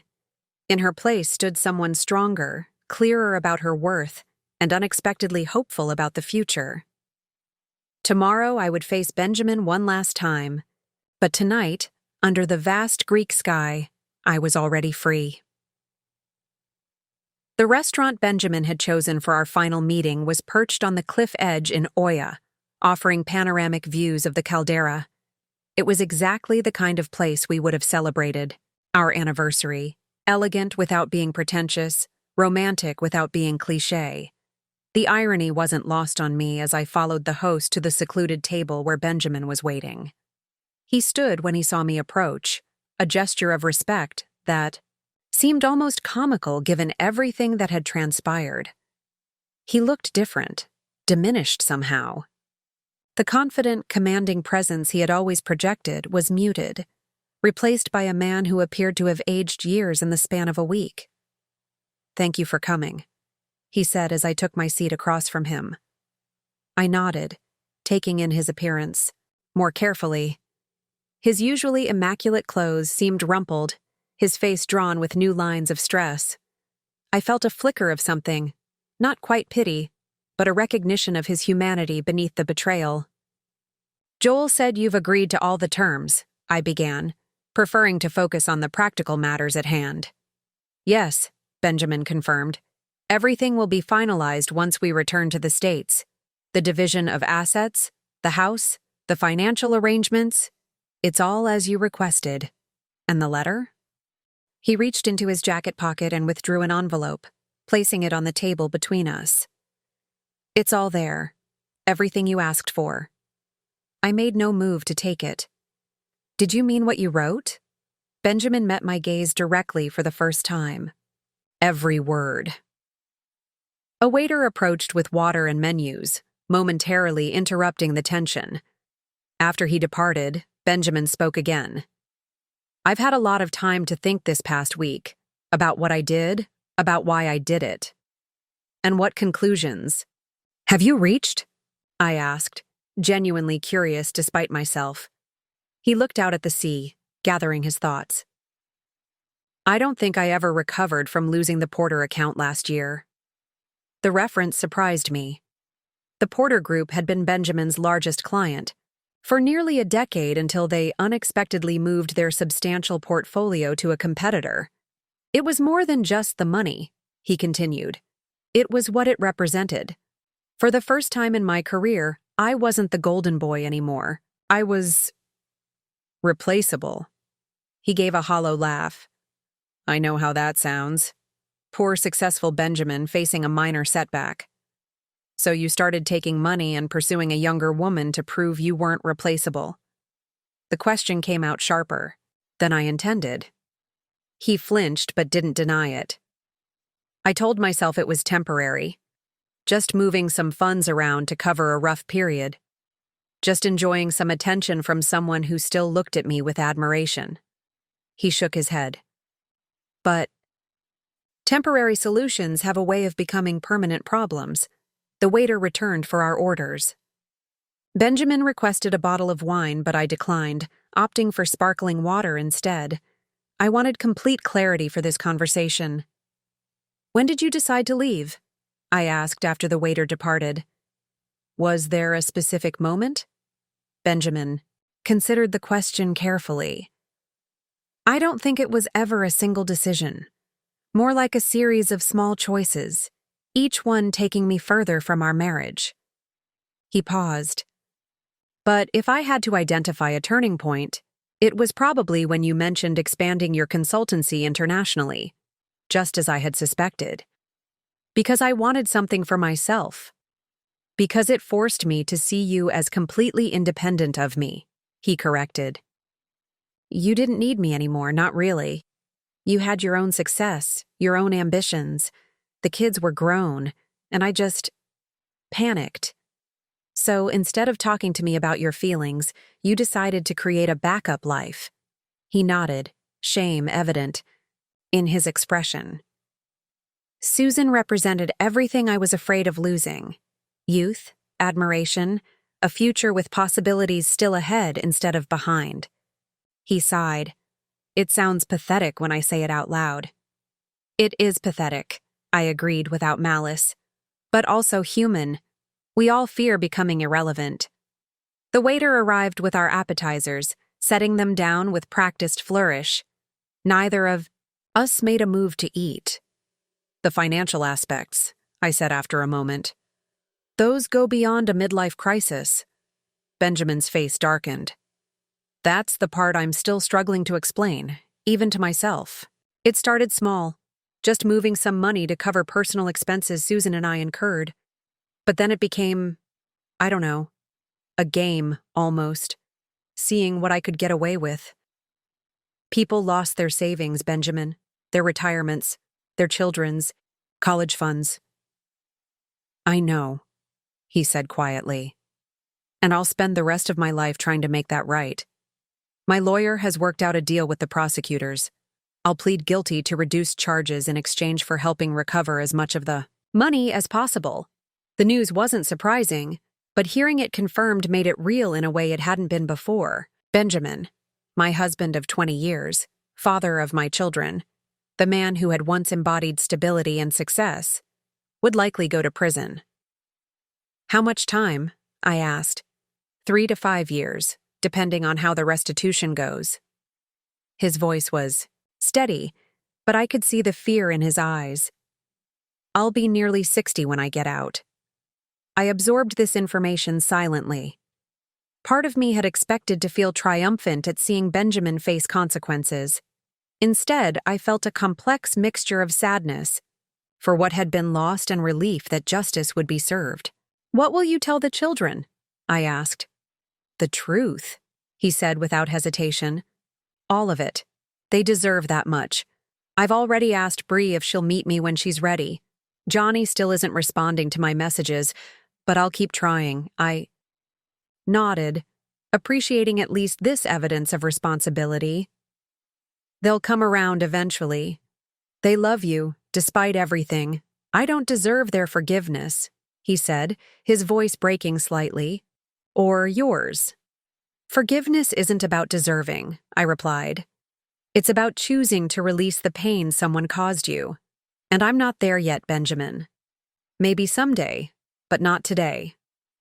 He accepted this with a small nod. Fair enough.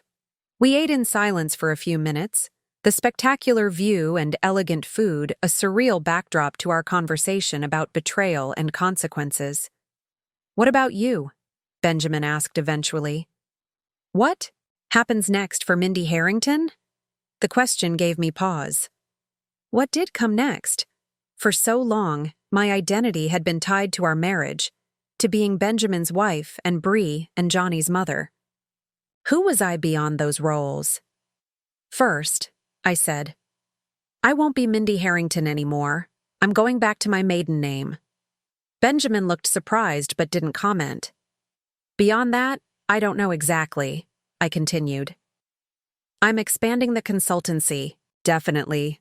Maybe I'll take that sabbatical in London after all. Travel. Rediscover parts of myself I set aside during our marriage. You'll be fine, Benjamin said with surprising sincerity. Better than fine. You were always the strongest one. I didn't deny it. Yes, I will be.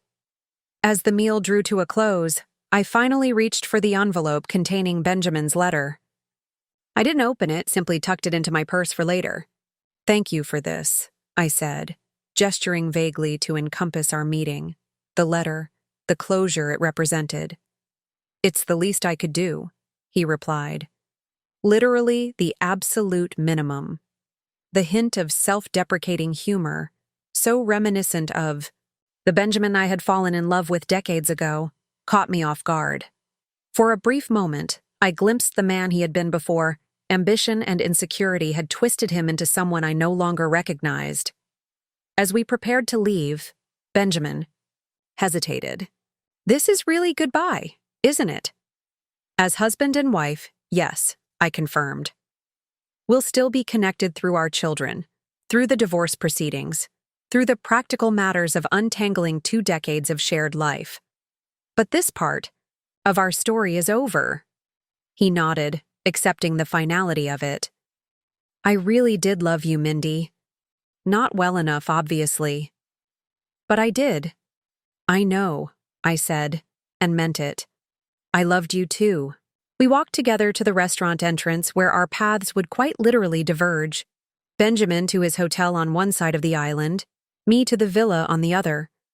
No kiss goodbye, no embrace, just a final nod of acknowledgement before turning away from each other. As I walked back alone, the Santorini sunset painted the white buildings in shades of gold and rose. I touched the phoenix pendant at my neck, a physical reminder of what this week had taught me. Endings, even painful ones, create space for new beginnings. Back at the villa, I found Carrie on the terrace with a glass of wine, watching the same sunset I had admired during my walk. She looked up expectantly as I joined her. How did it go? She asked. I settled into the chair beside her, exhaling deeply. Better than expected. Worse than I hoped. Exactly as it needed to. She smiled at my contradictory assessment. That sounds about right for ending a 20-year marriage. The waiter appeared with a glass of wine for me without being asked. Carrie had anticipated my need perfectly. I took a grateful sip before continuing. He's taking a plea deal, 3 to 5 years. Carrie nodded. Joel mentioned that was likely. It's strange, I mused. I spent months imagining confronting Benjamin, exposing his betrayal, watching him face consequences. Now that it's actually happening, I just feel sad. Not for myself, exactly. More for what could have been if he'd made different choices. That's perfectly normal, Carrie assured me. You're mourning the future you thought you had. The future I thought we had, I corrected her. The one where we grew old together, doted on grandchildren, traveled during retirement. And now? I touched the phoenix pendant at my neck, considering her question. Now, I'm building a different future. One that's entirely my own. We sat in comfortable silence, watching as the last sliver of sun disappeared below the horizon. The sky transitioned from brilliant orange to deep purple, stars beginning to appear one by one. "He gave me a letter," I said finally, withdrawing the envelope from my purse. "His formal acknowledgement of everything. I haven't read it yet." "Are you going to?" I turned the envelope over in my hands. "Yes, but not tonight. Tonight I want to enjoy this view, this wine, this moment without Benjamin's words in my head." Carrie raised her glass. "To Benjamin-free moments." I clinked my glass against hers. "And to many more of them." The next morning, I woke early and took my coffee to the small private balcony outside my bedroom. The rising sun cast long shadows across the caldera, the sea below still and peaceful. It was my last full day in Santorini. We were scheduled to fly back to the States tomorrow, and I wanted to savor every moment. After finishing my coffee, I finally opened Benjamin's letter. His familiar handwriting filled several pages, the penmanship more uneven than I remembered, as though his hand had trembled while writing. "Dear Mindy, first, I want to say that nothing I write here is meant as an excuse or justification for my actions. There is no excuse for betraying you, our children, and the life we built together. What I did was unforgivable on every level. I violated the trust of our marriage by pursuing a relationship with Susan. I lied repeatedly, not just about the affair, but about countless small things that accumulated into a wall of deception between us. I made unilateral decisions about our future without consulting you. I prioritized my desires and insecurities over our family's well-being. The financial crimes were equally inexcusable.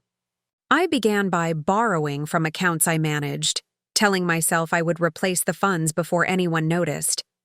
But like most lies, this one grew until it became unmanageable.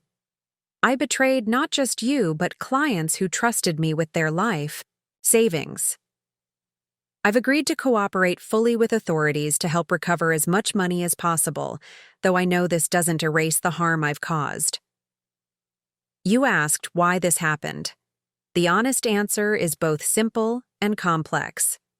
The simple part is that I was weak. I faced challenges, both personal and professional, and instead of confronting them honorably, I took the coward's path. I sought external validation rather than internal strength. I blamed others for my failures rather than taking responsibility. The geeky, complex part involves acknowledging patterns that developed throughout our marriage. I grew accustomed to a certain image of myself: successful, respected, in control.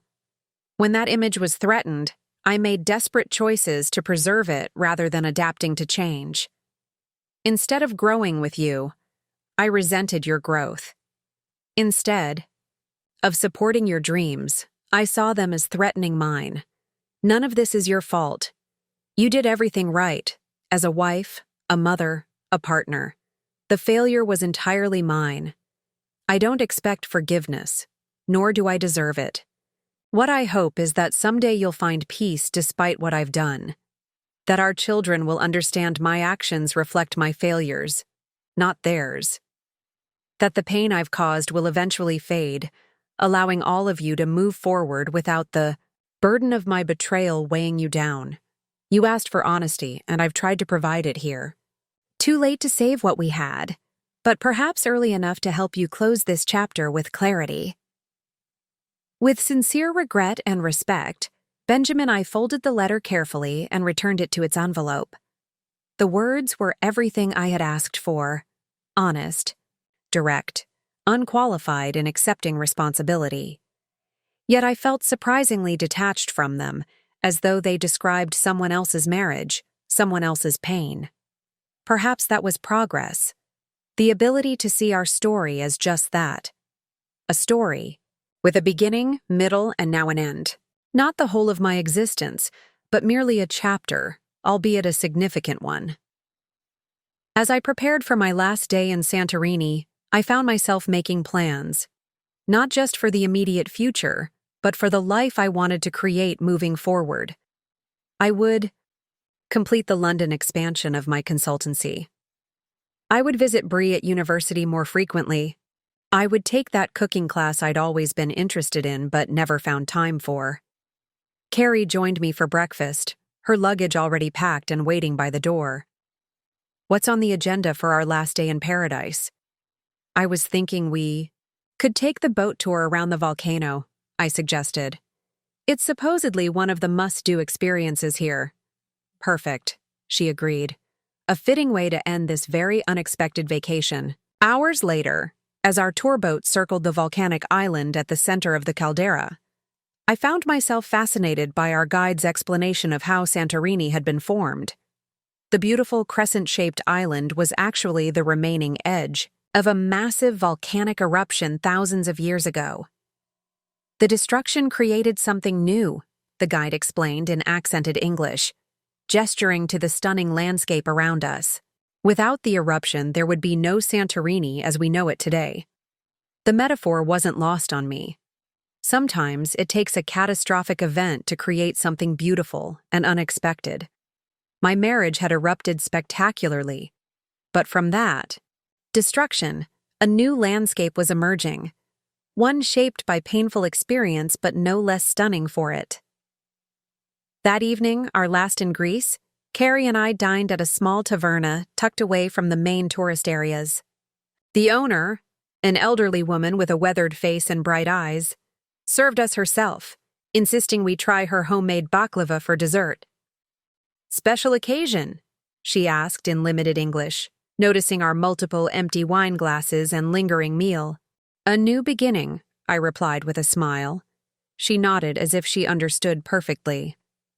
"Kaylee Archie," she said, raising her own small glass of ouzo. "Good beginning. Kaylee Archie," Carrie and I repeated, clinking our glasses together. As we walked back to the villa under a canopy of stars, I realized that for the first time since discovering Benjamin's betrayal, I was thinking more about what lay ahead than what was behind me. The pain hadn't disappeared. I doubted it ever would completely, but it had transformed into something manageable, something that could coexist with hope and possibility. Tomorrow, we would board a plane and return to the complexities awaiting us: legal proceedings, conversations with the children, the practical dismantling of a shared life. But tonight, under the vast Greek sky, I felt something I hadn't experienced in months: genuine anticipation for the future. Not the future I had planned, but perhaps the one I needed. The London rain tapped gently against the windows of my corner office, a soothing backdrop to the quarterly review meeting I was conducting. Through the glass walls, I could see my team gathered around the conference table, engaged in animated discussion about our latest marketing campaign. The European expansion of Mindy Lawrence Consulting had exceeded even my most optimistic projections, with new clients signing on weekly and a growing reputation for innovative strategies in the financial sector. "I think we're done for today," I announced, closing my laptop. "Great work, everyone. Let's reconvene next week to finalize the Blackwell proposal." As the team filed out, my assistant Brie, not my daughter, but a bright Cambridge graduate I'd hired 6 months ago, lingered behind. "Don't forget you have dinner with your daughter tonight," she reminded me. "I've arranged for a car to pick you up at 7. "Thank you, Brie. What would I do without you?" "Probably miss half your appointments," she replied with a cheeky grin, before departing. Alone in my office, I took a moment to appreciate the view of the Thames and the London skyline beyond. The decision to relocate had been spontaneous by my standards, made within weeks of returning from Santorini, but it had proven transformative both professionally and personally. Leading the European division had reignited my passion for my work, while the distance from my former life had provided space to heal and rebuild. My phone chimed with an incoming message. It was from Johnny, sending a photo of his latest architectural model with the caption, "Final project before graduation. Dad says it reminds him of the beach house we used to visit." The casual mention of Benjamin no longer triggered pain or resentment. After serving 14 months of his 3-year sentence at a minimum security facility, he had been released early for good behavior and cooperation with authorities in recovering embezzled funds. His relationship with our children had slowly mended, not to what it had been before, but to something honest and sustainable. Our own interactions remained strictly practical, limited to occasional updates about the children or lingering financial matters. The divorce had been finalized 6 months after Santorini, with remarkably little conflict given the circumstances. Benjamin had honored all the terms of our settlement, even as his own financial situation deteriorated dramatically. I checked the time and began gathering my things for dinner with Bree, who was visiting London during her semester break. At 22, she had blossomed into a confident young woman with her father's analytical mind and my determination. The scandal surrounding Benjamin had been difficult for her, but she had processed it with remarkable resilience, even choosing to study abroad, partly to escape the whispers and judgment that had followed our family name. The car was waiting as promised when I exited the building. London's evening traffic moved sluggishly through rain-slicked streets, but I didn't mind. After the frantic pace of the workday, I welcomed the quiet moment to transition from business owner to mother. The restaurant I'd chosen was one of Bree's favorites, a cozy Italian place tucked away on a side street in Notting Hill. She was already waiting when I arrived, her face lighting up as she spotted me. "Mom!" She stood for a warm embrace. "You look amazing." "So do you, sweetheart." I took the seat across from her, taking in her glowing appearance. "London agrees with you." "It's not just London," she said with a secretive smile. "I've met someone." The conversation flowed easily as she told me about Martin, a British graduate, student she'd been dating for several months. I listened, genuinely delighted by her happiness, offering advice only when she asked for it. "Dad knows about him," she mentioned casually over dessert. "I showed him pictures during my last visit." "That's good," I said sincerely. "How is your father doing?" Bree's expression grew more serious. "Better, I think. The teaching position at the community college seems to be good for him. It's obviously not what he was used to, but he says he finds it satisfying to help students understand finance." She hesitated. "He asks about you sometimes." "What do you tell him?" "The truth. That you're thriving." That London was the right choice. She studied my face carefully. "It was, wasn't it?" "Absolutely," I confirmed. "The best decision I could have made."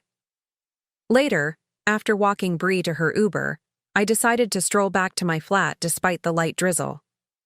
London at night had become one of my simple pleasures. The historic buildings illuminated against the dark sky, the mix of languages floating from restaurants and pubs, the sense of being part of something ancient yet constantly evolving. My flat was a modest 2-bedroom in a converted warehouse near the Thames, nothing like the sprawling suburban home I'd shared with Benjamin, but perfectly suited to my new life. The space was entirely mine, decorated according to my taste without compromise or consideration for anyone else's preferences. As I prepared for bed, I caught sight of the phoenix pendant I still wore daily. Its significance had evolved over the months, less about rising from ashes now, more a reminder of my capacity for transformation and resilience. My phone chimed with a final message for the day, Carrie checking in from New York. Our friendship had deepened further since Santorini, strengthened by weekly video calls and regular visits in both directions. She had been my rock during the difficult months following my return to the States, and I had supported her through her own life changes, including a recent promotion to managing partner at her firm. Court date set for final distribution of recovered funds, her message read. Benjamin's cooperation means nearly 80% return to affected clients. Thought you'd want to know. I typed back a simple thank you before setting the phone aside. The news brought relief rather than vindication, a sense that some measure of justice had been achieved, some portion of the harm repaired. Lying in bed, Listening to the gentle rhythm of rain against the windows, I reflected on the extraordinary journey of the past year. The woman who had discovered her husband's betrayal in Santorini felt like a different person now, connected to me through memory and experience, but distinct in fundamental ways. That woman had defined herself primarily through her marriage, measuring her worth against the success of her relationship. She had absorbed Benjamin's priorities as her own, compromising her ambitions to support his, accepting his narrative about their shared life without question. The woman I had become was standing fully in her own power, professionally accomplished, emotionally resilient, genuinely content in her independence. The pain of betrayal had tempered into wisdom. The anger had dissolved, leaving clarity in its wake. As sleep approached, I found myself thinking of something my daughter had said during dinner. Sometimes the worst things that happen to us lead us exactly where we need to be. At 22, she already understood what had taken me nearly 50 years to learn. Life rarely follows the path we envision, but the unexpected detours often lead to destinations more suited to who we truly are, or who we are becoming. Benjamin's betrayal had demolished the life I thought I wanted. In its place, I had built something authentic, fulfilling, and entirely my own. Not despite the pain, but because of it. Not in spite of the ending, but because of the new beginning it created. And that, perhaps, was the most unexpected gift of all. Up next, you've got 2 more standout stories right on your screen. If this one hit the mark, you won't want to pass these up. Just click and check them out.